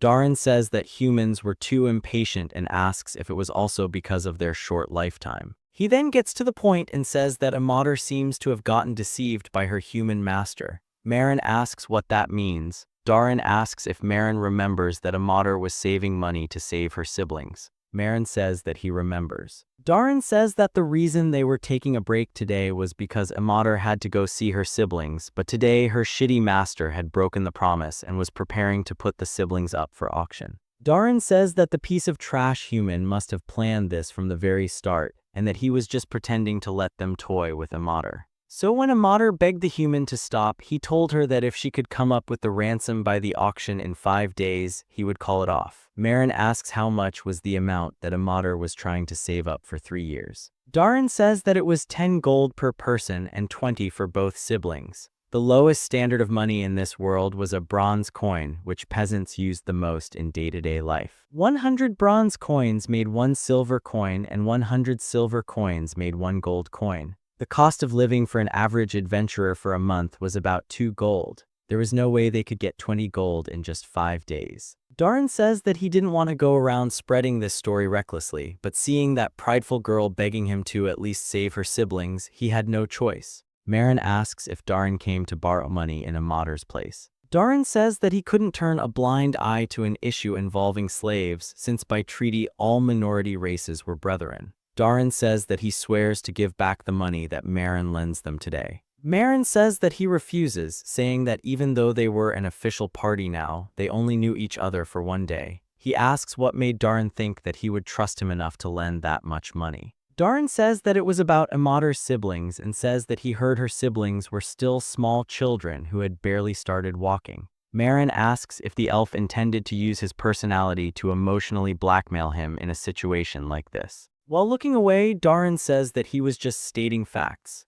Marin asks what was in it for him if he lent them the money. Darin asks if Marin was asking for them to pay back double with interest or something. Marin says that they might run away with the money, or he might just die before he ever got paid back since, like the elf always says, Marin had a short lifetime. Darin had no answer for that. Darin makes his fist, thinking that there was only one way left. He tells Marin to lend him an ear. He whispers and asks if Marin possessed the wind attribute among his elemental aptitudes. Marin says that he doesn't and asks why Darin was whispering all of a sudden. In this world, as long as one possessed the intelligence stat, they could use magic from all lineages. An elemental aptitude indicated which elements one was naturally suited for. Magic used from one's aptitude consumed less mana while boasting higher power. Elemental aptitude was mainly determined at birth. Most people were born with one type of attribute. Occasionally, some geniuses were born with 2 or more aptitudes. Most great mages who etched their names in history were all multi-attributed. Darin says that if Marin helped them with this matter, he would grant Marin the spirit's blessing, which was of the wind attribute. Marin pulls back and Darin asks Marin not to dare say that it wasn't enough. Marin says that it was enough, but granting attributes wasn't something just anyone could do.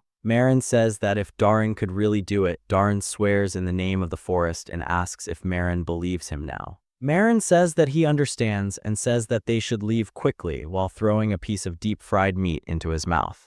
While walking out of the inn, Darin asks how Marin plans to get the money. He says that he was the one who asked for it, but 20 gold wasn't cheap. Marin says that he would have to poach monsters from a high-level dungeon, get the byproducts, and sell them on the black market. Darin says that the guild strictly forbids people from entering dungeons above their rank without permission. Marin says that he knows that and says that this was the only way to make money in such a short time. Darin says that illegal activities were way too risky, no matter the reason. The guild assigns quests based on adventurers' ranks, and taking quests above their rank was strictly prohibited. If one gets caught breaking the rules and entering a dungeon above his rank, he would face heavy penalties, not just fines but also suspension from taking quests. But even putting aside the legality, it would take way too long. Unlike low-level dungeons, high-level ones were usually far from the cities. Just traveling there would take 3 to 4 days. Marin asks what Darin's plan was to get the money. Darin says that he was thinking about asking for help from his family, but there was no way to get it back before Amater's deadline.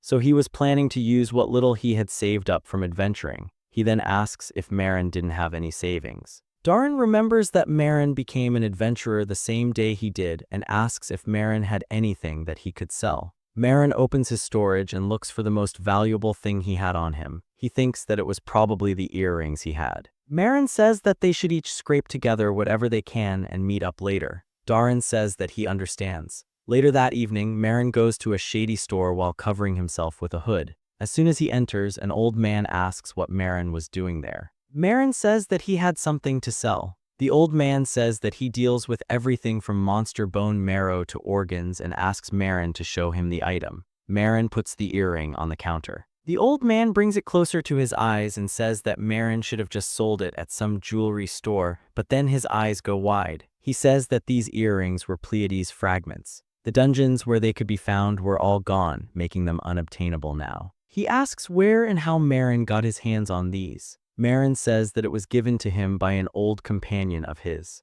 The next day, at Amater's master's house, Amater was on the ground begging. The master says that even after all that struggling, it looked like her dim beast brain had finally understood that it was all pointless. He says that giving her 3 years was just a whim of his and asks if she enjoyed her little outing. Amater thinks that she wants to rip this guy apart badly. Just then, she hears Darin calling her name from outside. She quickly looks back, saying that Darin actually came. She asks why he brought the gluttonous human there as well, looking at Marin. Darin says that Marin helped to get the money together. She asks why he asked Marin for help. Darin says that he will explain later and says that the point was that they had the money now. Marin says that he and Darin were Amater's party members and that they had brought the amount demanded by the owner. He says that they would pay for Amater's siblings and asks the man to make a deal. Amater wasn't happy about having to accept help from a human. She wonders if Marin was going to use it against her later. The man says that there was no way a bunch of C-rank adventurers could have brought that much money. He asks if he looks like an idiot who can't tell counterfeit from real. But when he opens the pouch, it was really gold coins. He wonders how they managed to get that many in such a short time. Amater says that it was obviously not counterfeit and asks him to free her siblings. The man starts laughing, saying that the contract terms stated that Amater herself had to earn the money, and money received from someone else didn't fulfill the contract. Amater says that this was ridiculous. Darin steps forward, telling the man to cut the crap and asking him to stop twisting his words. According to the covenant, if a slave's family provided the ransom, any money should be accepted for their release. He asks if the human was ignoring the terms of the treaty. The man clicks his tongue and tells his assistant to bring the goods and identity documents. Darin tells him not to try anything funny, and Amater thinks that she would not have known any of this and would have fallen for his words if Darin wasn't there. The assistant comes out with 2 little beastkin kids. They both run to Amater, calling her sister. She hugs them both while asking if they were all right. She apologizes for being late as the kids cry. Marin notices that it was just as Darin had said before. This man had enslaved kids this young and they were way too skinny. He clenches his fist, wondering how this man dared to starve these children. The man shows them the documents, saying that they were the slaves' original identity documents. He tears them apart in front of them, saying that he was disposing of them and asks if that settles their deal. Amater says that it doesn't settle anything while using fire magic to burn the documents herself. The man then says that since Amater's siblings were now free, he asks her not to forget that Amater herself was still his slave. He says that Amater's party members looked like they were all out of money now and asks if it wasn't time for Marin and Darin to leave. He asks if they wanted a souvenir or something, saying that he could give her the chains her siblings used to wear. Amater turns to Marin, asking if he was going to keep her siblings like slaves as well. But Marin cuts her off before she could finish and tells the man that he doesn't need anything like that and says that he was also buying Amater's status as well. While pulling out another pouch of gold, everyone looks at him shocked. Amater says that she doesn't need Marin's help. She says that she can handle the rest herself as long as her siblings were saved. Marin ignores Amater and asks how much it was for him to save Amater as well. The man starts whispering to his assistant and says that he can't make it happen. He says that Amater was already listed for today's auction, so he could not make a deal regarding her.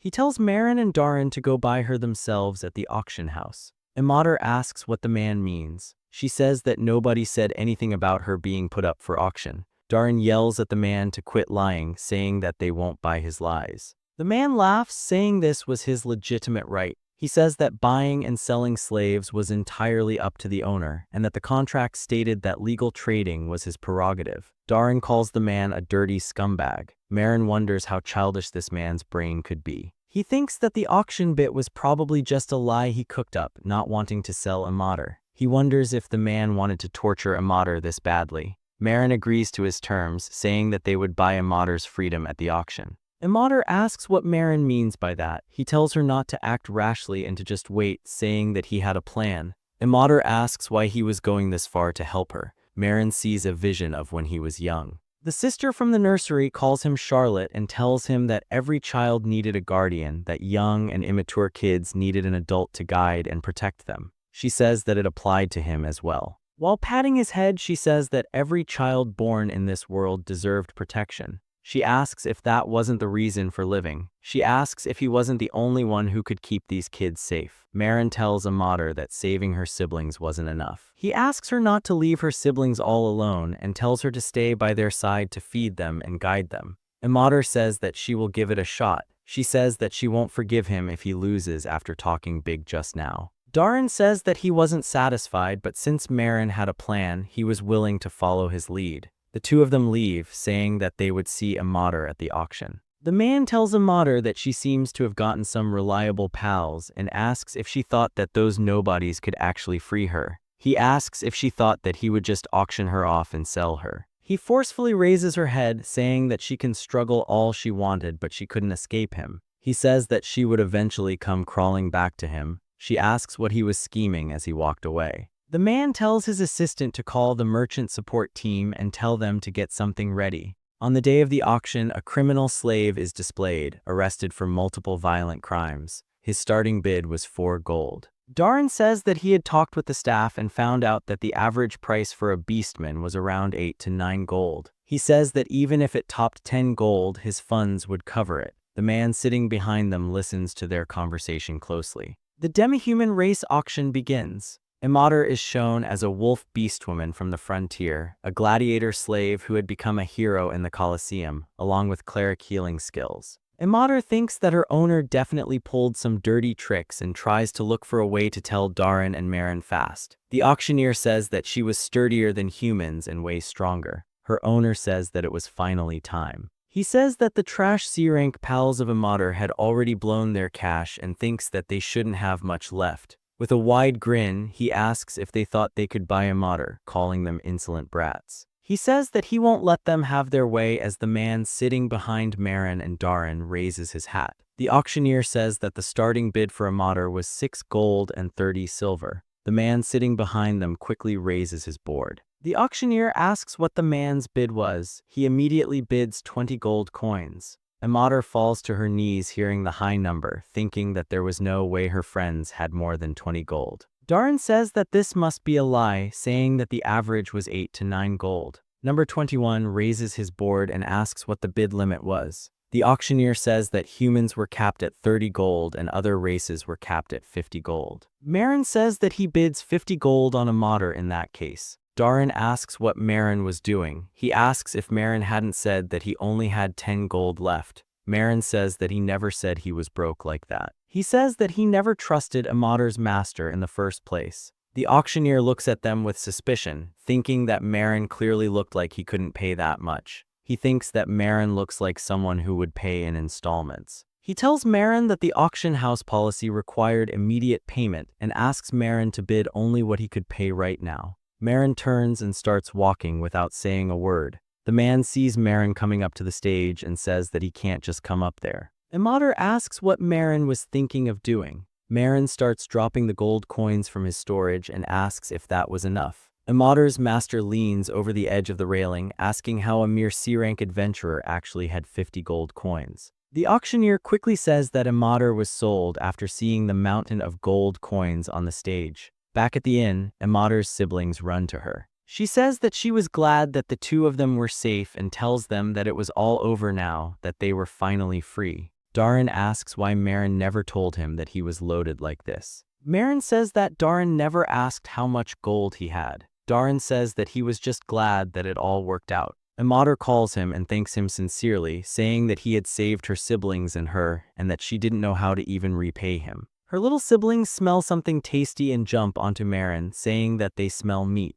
Marin asks if they were hungry and offers to share his food with them. Imader asks Darin what she was supposed to do now, unsure how to repay Marin. Darin says that there was no need to overthink it, saying that Marin probably helped because he considered Imader his comrade, and tells her to just keep working together with them as comrades. Imader says that she would do her best. He then says that there was a greasy smell in the air and asks if Marin had cooked lunch. Darin asks what she means, but then realizes something and runs to Marin's room and stops him before he gave the kids any fried monster meat. Marin turns around asking what happened. The kids take the fork from his hands and take a bite, saying that it was the best thing they had ever tasted. Darin asks what Marin was feeding them. Imader asks what the problem was. She asks if it wasn't fried chicken and says that it was totally fine. She says that the siblings had all their teeth and that Beastkin had guts of steel. Plus, since they were growing so fast, unless it was iron or monsters, they could eat anything. But then it flashes to her. With her whole body shaking nervously, she asks what kind of meat it was, asking if it wasn't fried chicken. Marin says that it was harpy meat, completely unbothered. She screams, asking what he was doing to her adorable little siblings. She takes the forks from them, telling them to spit it out and calling the meat filthy. Her siblings say that it wasn't filthy and that it was really tasty. She says that they absolutely can't have it. Her siblings start jumping in front of her, asking her to give the forks back. The smell of the fried meat hits her nose once again. She thinks that if she eats it and passes out, the kids would get scared and stop eating it. She would rather die than eat a gross monster, but this was all for the sake of her siblings, she tells herself. She says that she would just take one bite and then drop like she was poisoned and writhe around on the ground. But after taking a bite, her eyes go wide. Darin asks what happened to her. He asks if she also got poisoned like Marin had. Imader wonders why it tasted so good. Her siblings say that it wasn't fair of their big sister to hog it all. Imader thinks that she had never had meat as tender, juicy, and savory in her life as this. She wonders if this was really harpy meat. Marin asks if it wasn't really good, snapping her back to reality. She says that it wasn't tasty at all, and while carrying her siblings and running out, she says that she wouldn't forget this humiliation and that she would make him pay for this. Marin then says that he had something to say to Darin. He says that Darin has to hand over 90% of his earnings to Marin until the 70 gold was paid back. Darin calls Marin a heartless scum human and asks if he wanted Darin to starve to death. Marin says that he should go and die if this much was enough to kill him.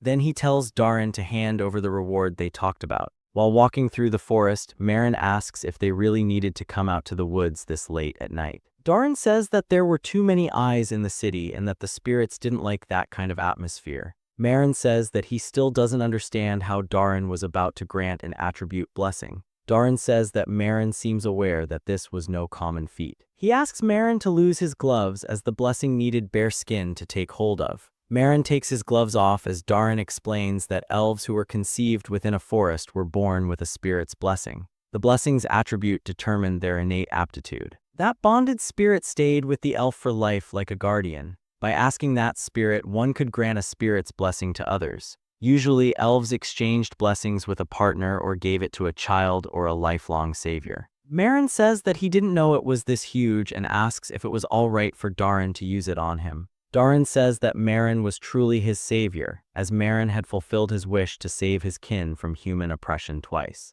Darin calls on his spirit Sylph. A sudden gust of wind envelops them. Although Marin couldn't see it, it was truly spirit power. Darin says that humans didn't just capture elves for their beauty, but also used their freedom from pain as bait to steal this blessing. Most elves endured hell to protect their dignity, but after the treaty freed the slaves, elf mortality rates had spiked. The cause was always suicide. He says that elves had annoyingly good memories, and even those who returned after the treaty were haunted by trauma and returned to the world trees on their own. He says that he despised the humans who caused and ignored their suffering, enough to kill them all if he could. Before blowing on his hand, sending a strong gust of wind toward Maren, Maren attains fire and wind attributes from the spirit. Darin tells Maren not to get the wrong idea. He says that he still hates humans, saying that they were vile, greedy, and ugly creatures who would do anything for profit. And just because Maren got a blessing didn't mean that he had forgiven the humans. The next day at the Hexarim Guild, Maren arrives a little late and both Amadr and Darin were already there. Darin says that they had finally found a sitter for Amadr's siblings. Amadr says that it took a while to find a beastkin to look after her siblings. She says that it was her first day as a free citizen and that she was extra pumped. She says that she picked up a great quest for them to do, Crystal Cave Dungeon, level 20. Darin asks why they had to hunt in a muddy swamp of all things. Amadr says that it was safe for a C-rank quest. Maren sees that they had to hunt Mad Dorths, a living lump of mud that moved like slime. Since it was a monster, he wonders how it tasted. Darin sees Maren daydreaming and asks if he was planning on eating mud as well. Amadr says that she had called a carriage to the entrance and says that they should get going. Darin asks if she checked the other monsters in the Crystal Cave. Amadr asks if it was obvious that she did and says that she would explain it to them in the carriage. She says that she needed to find a place for her and her siblings to stay after this quest was done, since living in the inn was getting expensive. Just then, a carriage pulls up in front of them. Darin asks if Amadr accidentally ordered a pricey carriage. Amadr says that this wasn't the one she called. A few armored guards surround them and Amadr asks what they wanted with her party. The carriage door opens and a familiar voice says that he was glad that he wasn't late. Amadr immediately recognizes the nasty voice. It was her ex-master. Maren says that the deal was done and asks why the men were here again. The man says that he realized how much he missed Amadr after making the sale and says that he was there with a proposal. He asks if Maren wanted to trade the slaves back. Darin asks if the man was crazy, trying to renegotiate after it was all over. He asks if this was some kind of sick joke to him. The man tells Darin to shut up and turns to Amadr, telling her that they had known each other for a long time and asking her not to glare at him like that. He says that the rear guards he had hired were both level 80 and that they would get angry if she did something stupid. He then looks at Maren and says that he would give Maren 100 gold while asking him to give back Amadr to him. Maren refuses immediately. The man asks if the amount was too small and says that he doesn't think that the slave was worth more than that. Darin says that she wasn't a slave. The man ignores Darin and says that he would give Maren 150 gold for her. Maren, of course, refuses again. The man says that he was willing to give 160 gold and Maren refuses once again. Amadr says that Maren wouldn't sell her off even if he was offered 100 million gold. The man grits his teeth and calls Maren foolish, asking if Maren knew the price for a beastman slave on the black market. He then offers 200 gold for Amadr, asking if Maren would refuse it. Maren says that it wasn't a bad offer. Darin asks what Maren was saying and tells him to snap out of it. Maren says that he was just joking. He continues and says that he had already destroyed the documentation on the spot and also agreed to Amadr becoming a free person. He says that it meant that she was no longer a slave and that they had no further business with each other, and warns the man that if he kept disrespecting Amadr in the future, Maren wouldn't let it slide. The man says that the pathetic lot were just getting drunk on their sense of camaraderie. He says that he was thinking about settling this peacefully with money. He asks if they thought that he would give up the pleasure of toying with a beast. He says that he would just take her by force before his nose gets broken by a punch to the face from Amadr, saying that she couldn't stand this guy's rant anymore. She says that she wasn't a slave anymore and asks the scum to not act all familiar with her. The guard grabs his sword quickly, but Maren asks what the man was doing. From behind him, he smashes the man's head into the ground, shattering the ground around. The other guard asks if Maren was looking for a fight while swinging his spear aggressively. Maren grabs a rock and throws it at the guard, breaking the spear and hitting the guard in the abdomen. The impact makes him spit blood. The man asks how his level 80 guards got taken down so easily. He asks what level Maren was to do this. Marin says that he was about level 95. Imader says that she had no idea he was that strong. Darin says that he suspected something like this since Marin was incredibly strong. Imader says that they have some unfinished business there while grabbing her ex-master's head. The man's screams can be heard throughout the area. A little later, Darin tells her to stop as they were going to be late for their carriage if they didn't depart soon. Imader says that she just finished up on her end, leaving the man completely beat up. She says that it was satisfying and asks him not to ever show his face in front of her again. Darin spits on the ground before leaving, calling him a filthy human. He inwardly asks how they dared to do this to someone like him and decides to inform the merchants group to make them regret it.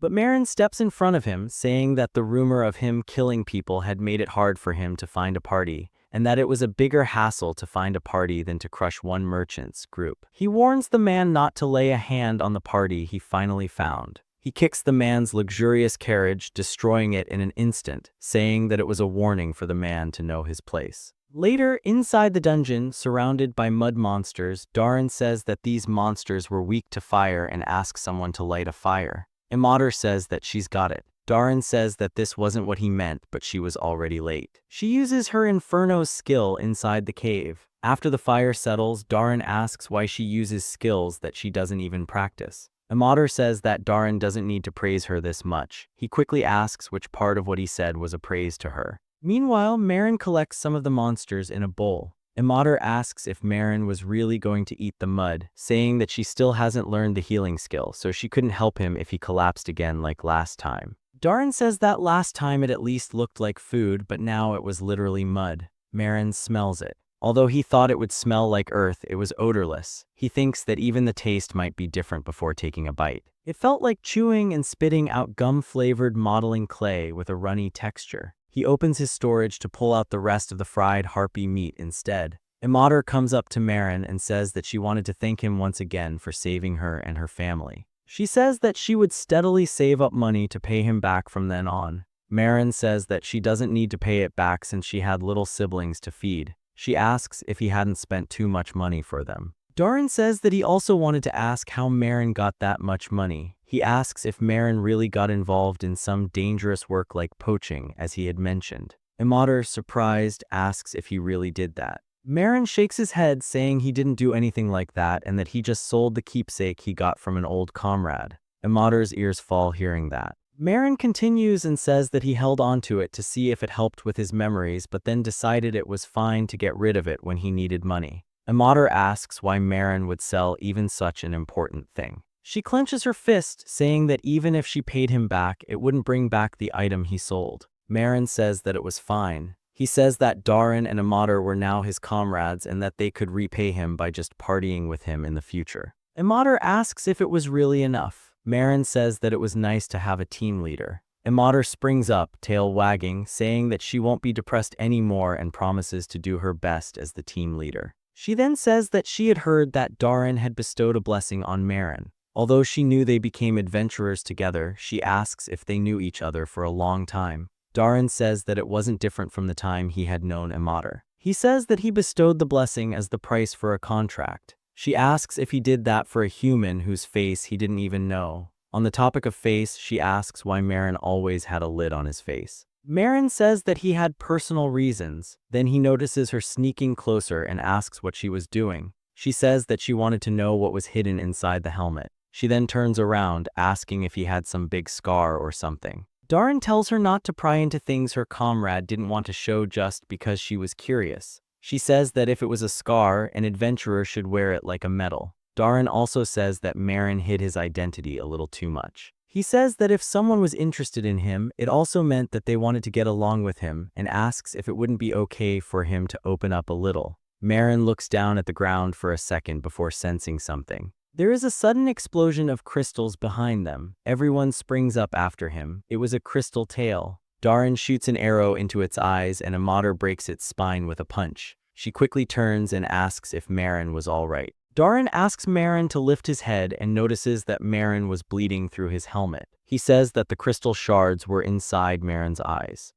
Marin says that his vision was fine and that it might have just grazed him a little. Darin says that there was no way this was fine and that Marin was bleeding way too much. Imader tells him to take off his helmet, saying that they had to check the injury first and treat it. She says that they had to take him to the temple if his eyes were hurt. Marin has a vision of people calling him a monster, running away from him and holding swords against him. When Darin was about to reach for Marin's helmet, Marin shouts at him to not touch him. Darin asks if Marin didn't want to show his face this much. Marin looks down, telling them not to look over and over. Darin says that he knows Marin was reluctant, but they had to properly check the injuries before they could treat him. Marin says that he was fine and that it was really just a graze and that his eyesight was normal. Darin says that they should still have a look, but Marin cuts him off, saying that they know his level and that a crystal tail which was level 30 couldn't possibly deal a fatal wound to him. He says that he was totally fine and tells them to continue with the subjugation.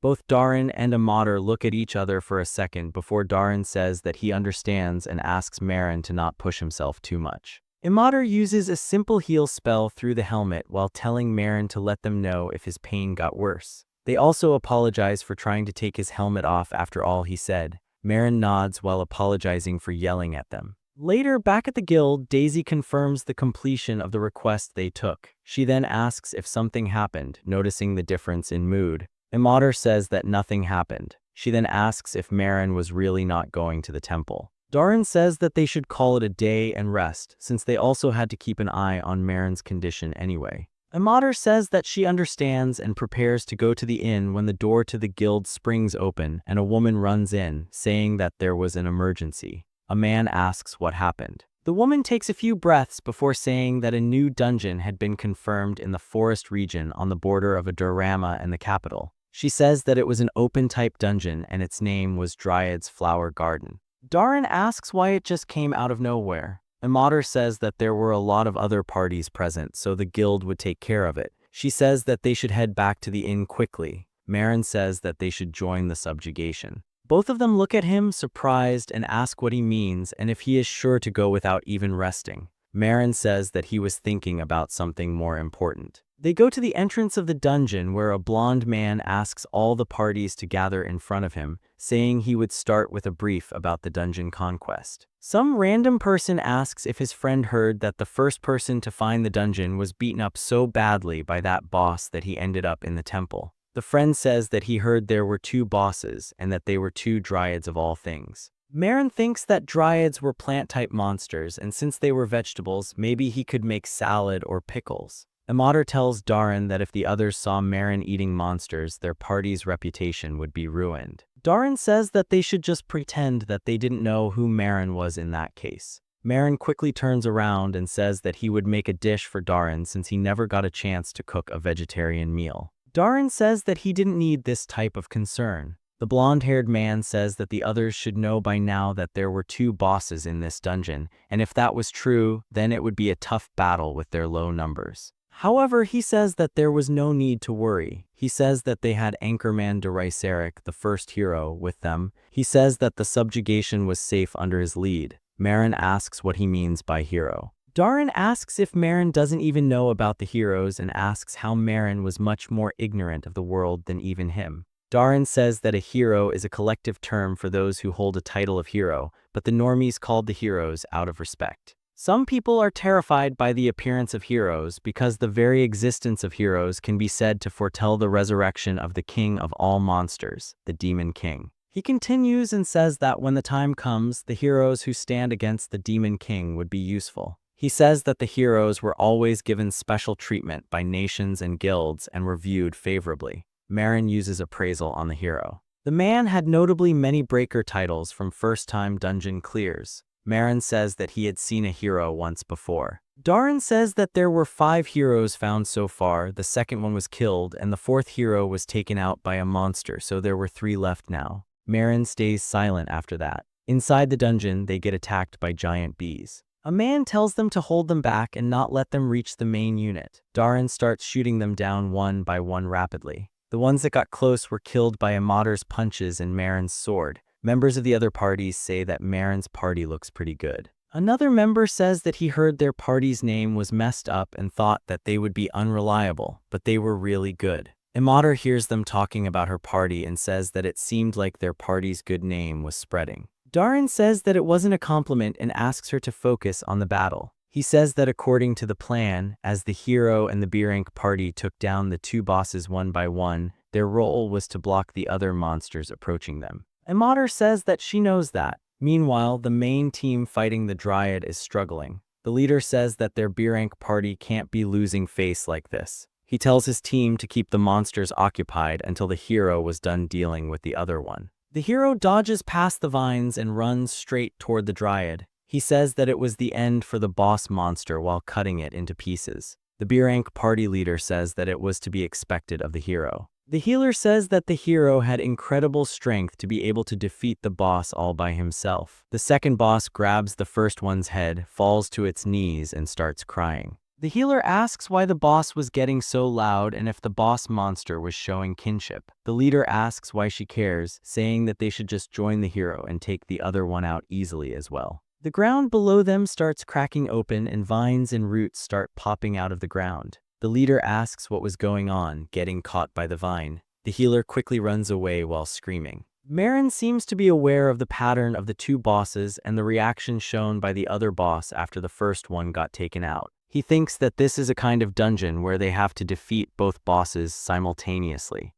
After losing its partner and experiencing immense grief, the Dryad had let go of the vitality residing deep within its heart, in return gaining a burst of strength and increasing its level up to level 70. Darin asks what was happening. Marin tells him not to get close, saying that the boss's level was now 70. The hero tells everyone to retreat, saying that the monster's level had risen to 70, and with their average levels they didn't stand a chance. He says that he would buy them time to fall back. The man who got caught begs for someone to help him and set him free from the vines. The hero smiles, calling his teammates low-level trash. Even before the guild subjugation order was released, he had obtained information about the boss from the Thieves Guild, the boss location, number, and even the strategy used to defeat both bosses at once. He knew everything. He had just lied and only shared parts of the information with the others. He thinks that it was those idiots' fault for following him blindly without verifying anything properly. He turns around to look at the boss and says that he should finish it off like a hero. When he was about to use his skill, it doesn't work. He was affected by a curse which blocked him from using skills or weapon techniques for 10 minutes after killing a Dryad. He hadn't heard any information about the boss being able to use curses. A vine grabs onto his leg while he is distracted and pulls him off the ground, slamming him into the ground hard. He tries to cut off the vine to save himself, but the monster keeps slamming him over and over. One of the team members asks if the hero got defeated that easily. The other, who was already running, tells everyone to fall back as the raid had already failed. Marin thinks that there was no way anyone would be able to run away from the boss. He runs towards the boss while wondering how much strength he was supposed to use. With his swordsmanship skills active, he arrives in front of the boss, pushing a random guy away from it, slicing the boss and cutting it in half along with every tree behind the monster. The leader of the B-rank party asks how Marin defeated a level 70 boss in one hit. Marin wonders if he didn't hold back much, but it still ended up being too grand. He suddenly gets a notification that he was given a title for being the first one to conquer the Dryad's garden dungeon.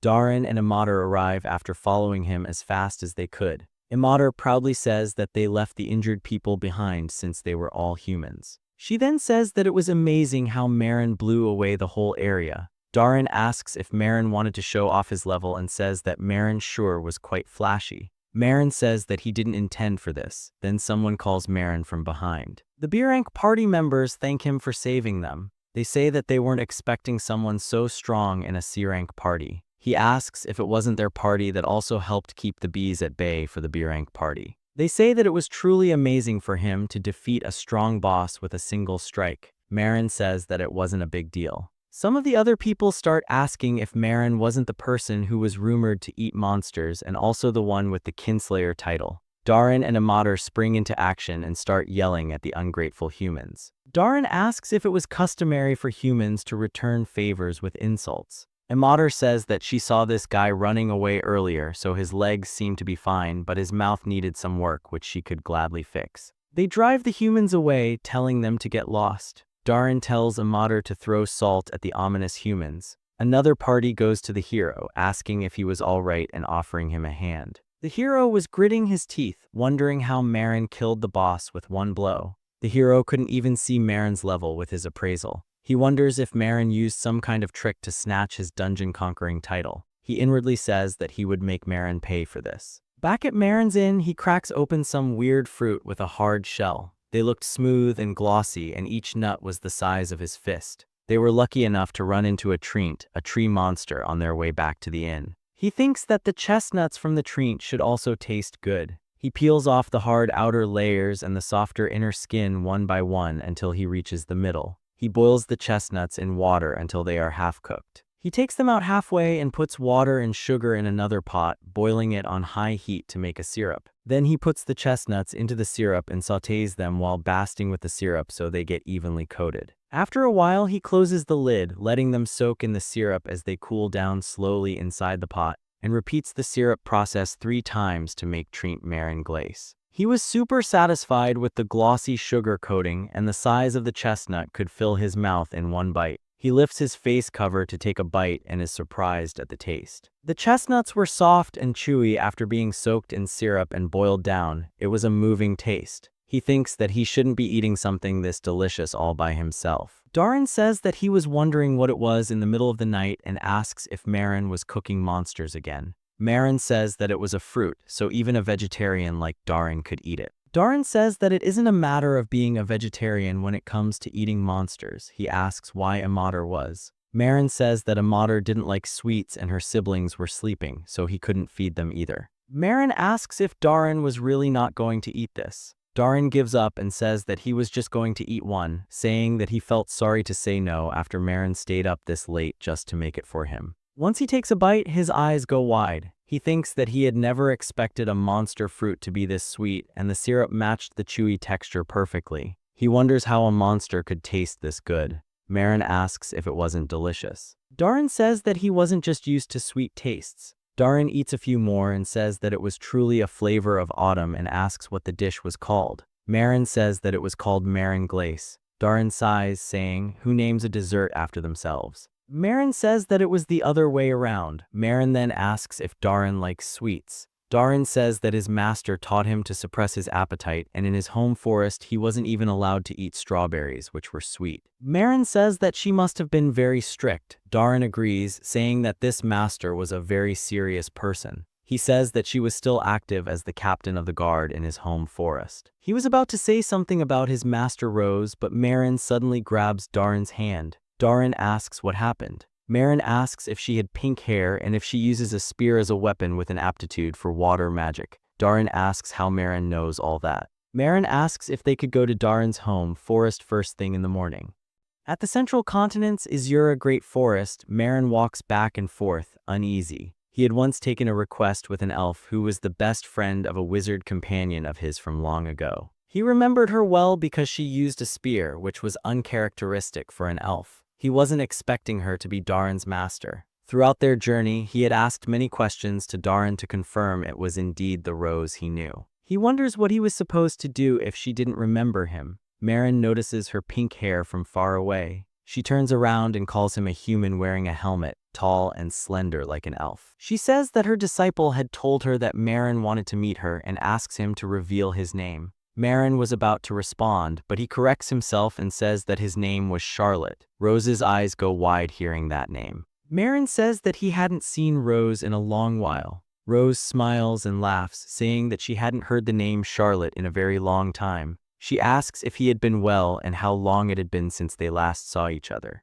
Marin is relieved that she still remembered him. He steps close, saying that he was glad to see her. Her spear swipes forward, pointing at Marin, and she says she was going to ask again to reveal who he was. She asks why he was trying to impersonate an old acquaintance of hers. She says that she does remember Charlotte, but it was 100 years ago as a human, and there was no one for Charlotte to still be alive. She says that if Marin was truly Charlotte, he should know what she used to call him. Marin remembers the first time they met clearly. Someone asks him if he was really not interested in their offer regarding the proposal to join their party. The mage says that it was rare to meet a skilled shield bearer like Charlotte. Charlotte says that he had no intention to do so. The mage tells Charlotte not to decide too fast. Charlotte turns around to leave, but the mage tells him to wait. The mage points at a younger version of Rose and says that Charlotte could meet people from other races if he moved with their party. Rose tells the mage not to use her like that. Charlotte turns around and asks if it was a party with an elf. The mage says that the elf wasn't in the party, but she was his best friend. The mage asks if it was Charlotte's goal to meet people from other races and introduces Rose to Charlotte. Rose wonders why everyone outside the forest was so obsessed with the elves. They shake hands and Rose says that Charlotte's name was a bit long and grandiose, which was hard for her to pronounce. She says that she will just call him Charlotte. Hearing that nickname leaves Charlotte shocked. Marin says that she called him Charlotte because his name was too long. Rose couldn't believe it. She wonders if this was really Charlotte. The skeletal structure and voice were almost the same, but he didn't look like an old man at all. Marin says that he was 15 when he first met her. The mage, who was Rose's best friend, was the youngest executive in the Magic Tower at that time, and he loved all sponge cakes. The only ones he couldn't eat were the ones made by Rose. Also, Rose used to get so many love and fan letters from mercenaries that it would have been enough to build a mountain. While lowering her spear, she says that she had heard enough. She thinks that he still has the quiet atmosphere and supple poise, contrasting with an innocent tone.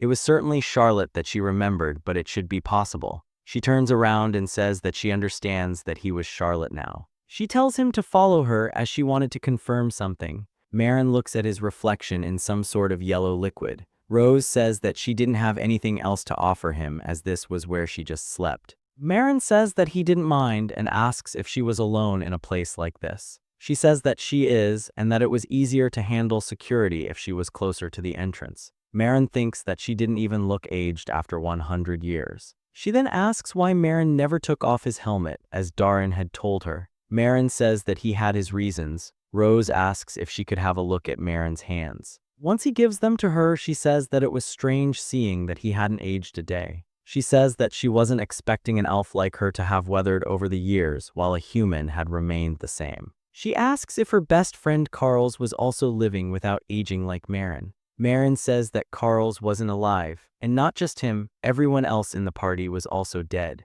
Rose says that it was only natural for humans to not be alive after 100 years had passed. She had naturally assumed that they were all dead. After she had ended her short life as an adventurer, she had immediately returned to the forest to settle down. So her only news of them all came from the letters she occasionally exchanged with Carls. But at some point, the replies from her best friend just stopped coming. She waited, thinking maybe he was just busy, but she didn't hear any news until 20 years later. When she heard that Marin's party, Romantia, had vanished as if into thin air, at that time it wasn't rare for entire mercenary parties to go missing. But the sudden disappearance of a party as skilled as Romantia was quite the topic of conversation. Naturally, Rose hadn't believed it at first and kept waiting for word, but too much time had passed for her to keep holding on to hope. She says that she was more surprised than happy right now. She asks how Charlotte had lived for 100 years without aging a day. Marin looks down, calling her name. He asks if she remembers when they last partied together and the rare item he had obtained, the one gained from defeating the Spider Queen Regina Aranea, the Arachnophobia skill book. Rose says that she remembers it clear as day, since she was the only one in the party that had the appraisal skill at that time,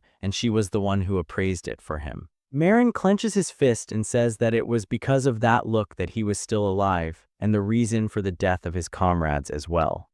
Back during the Goblin Forest, when Romantia was tasked with killing goblins, a bunch of weird-looking zombie goblins attacked Marin. They were hit with arrows before they could reach him. The mage asks what those monsters were. The archer says that she wasn't sure and asks him to just hurry and prepare some magic to deal with them. The leader of the party tells them to calm down, saying that these weren't enemies outside of their capabilities. She asks Charlotte to buy the rest of the party sometime at the front. He runs forward, pushing the Frankenstein goblins back with his shield. The archer tells him to hold the goblins there and shoots an arrow while using a skill called Glow Rain, killing multiple goblins with a rain of arrows. The leader looks at Carls and asks if he was done. Carl says that he was ready right now. He uses a fire skill that sweeps through and burns all the remaining goblins. The leader asks if Charlotte had ever seen goblins like these before. He quickly says that he hadn't. The archer, with an angry expression, says that the client said that they were goblins, but all they faced were swarms of weird monsters.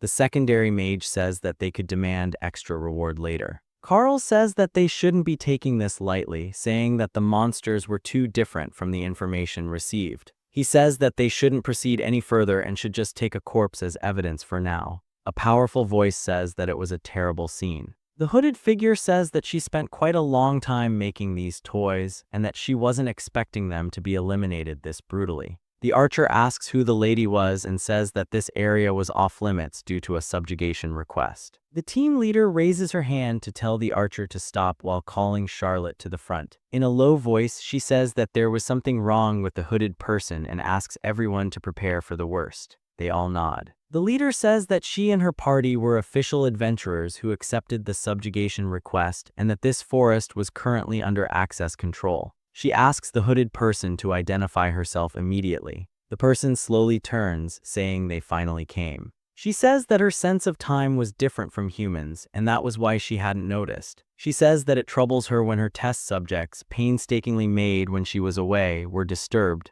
The archer asks if she was calling the strange goblins her test subjects. The secondary mage says that this doesn't seem like something they could handle. The lady says that she was in the middle of conducting a sacred ritual while pulling her hood back. She asks how mere humans dared to interrupt her. The archer asks why her head was scaly, and the secondary mage asks what race that looked like. Marin has an uneasy feeling, so he uses appraisal on the lady. Everything except her race was hidden. She was a dragon. Marin is suddenly hit by something. The immense force sends him flying back and crashing into a tree. His party members ask if he was all right. The dragon asks how he dared to peep without getting permission despite being a lowly human. She says that she would specially make him the sacrifice for the sublime ritual. The leader tells everyone to take their positions and asks the secondary mage, Demian, to treat Charlotte. The dragon lady says that she seems to have been a little rude since she was in a hurry. She says that even insignificant beings like humans had the right to know who was killing them.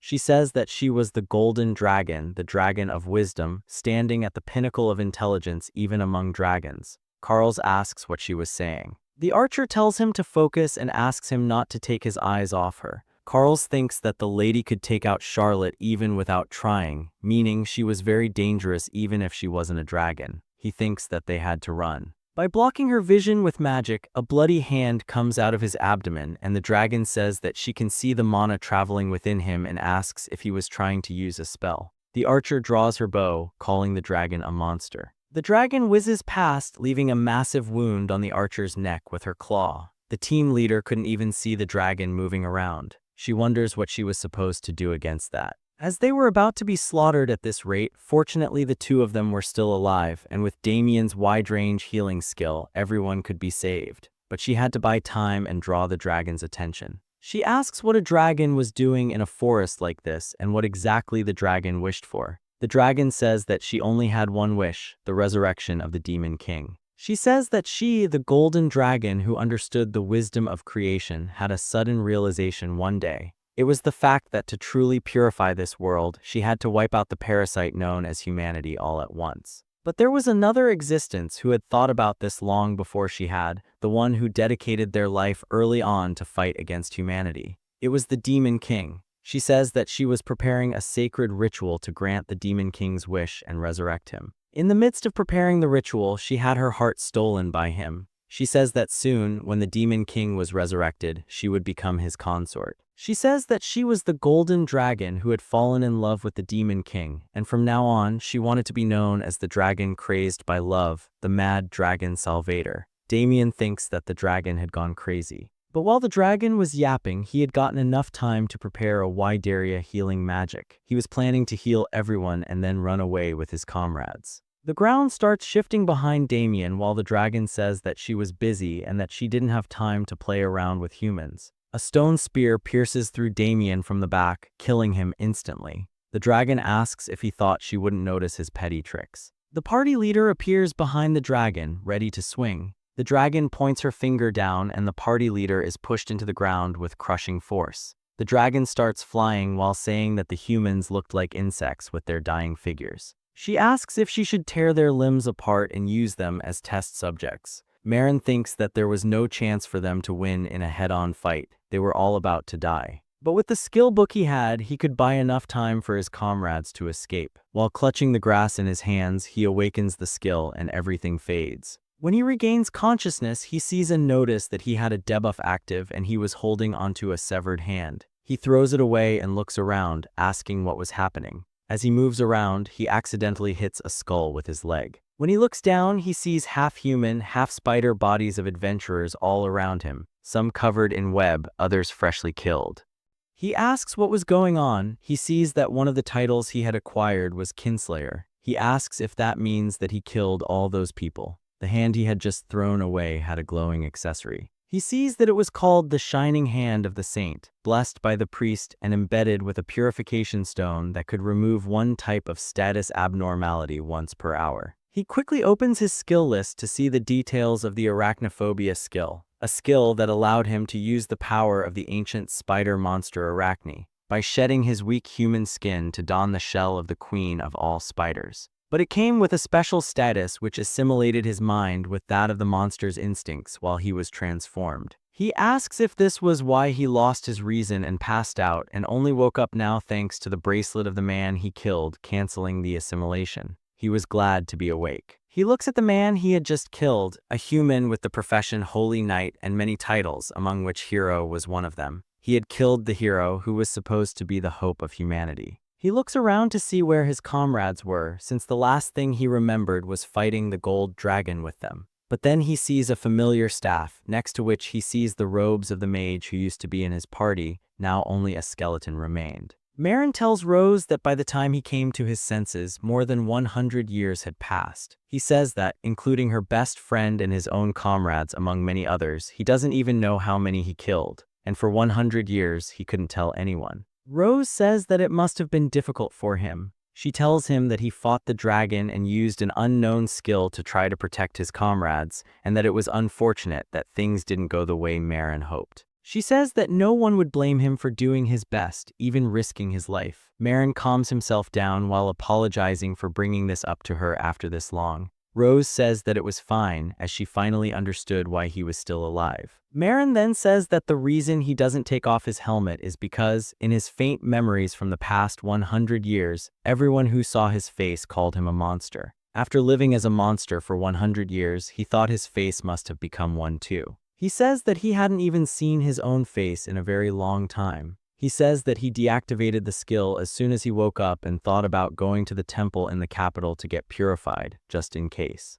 But he was afraid to show his face to anyone without checking it himself first. Rose asks if he had told this story to Darren. Marin says that he hadn't. He thought that if they saw his face, they would find it hideous and he would be kicked from the party. Rose says that Marin should probably show his face to his comrades before showing himself. She says that he wasn't afraid of his own face, but of how others would react to it. And if he gained his comrades' acceptance first, he should naturally be able to face himself. Marin says that he still doesn't trust them completely while fiddling with his thumbs. Rose places her hand over his and asks if they weren't his comrades and that he would have to trust them someday, just as she and he did each other now. Marin nods and says that he would try. Rose sighs and says that that was good enough for her. She then says that Darren told her his name was Maham or something and asks what was with that. Marin places a jar of sweet chestnuts he made and says that it was a name he borrowed from this dish. On the first day when he asked for a name, he panicked and picked this one. He says that he changed his name thinking that his real name might have been on the wanted list. She asks if that was what he was worried about and asks how he had been spending his time since he woke up. Marin says that the mercenary group was gone, so he started working as an adventurer. Then he met up with a beastman named Imater and the elf Darren and became their comrade. Rose asks if Darren had gotten better since he was a kid. She says that she tried to teach him proper posture, but he would say that it was his last master's way and wouldn't listen at all. Marin says that Rose seems to have started smiling more in the last 100 years. He says that she used to be much more sullen and prickly. Rose shrugs, saying that even elves change with the passing of time.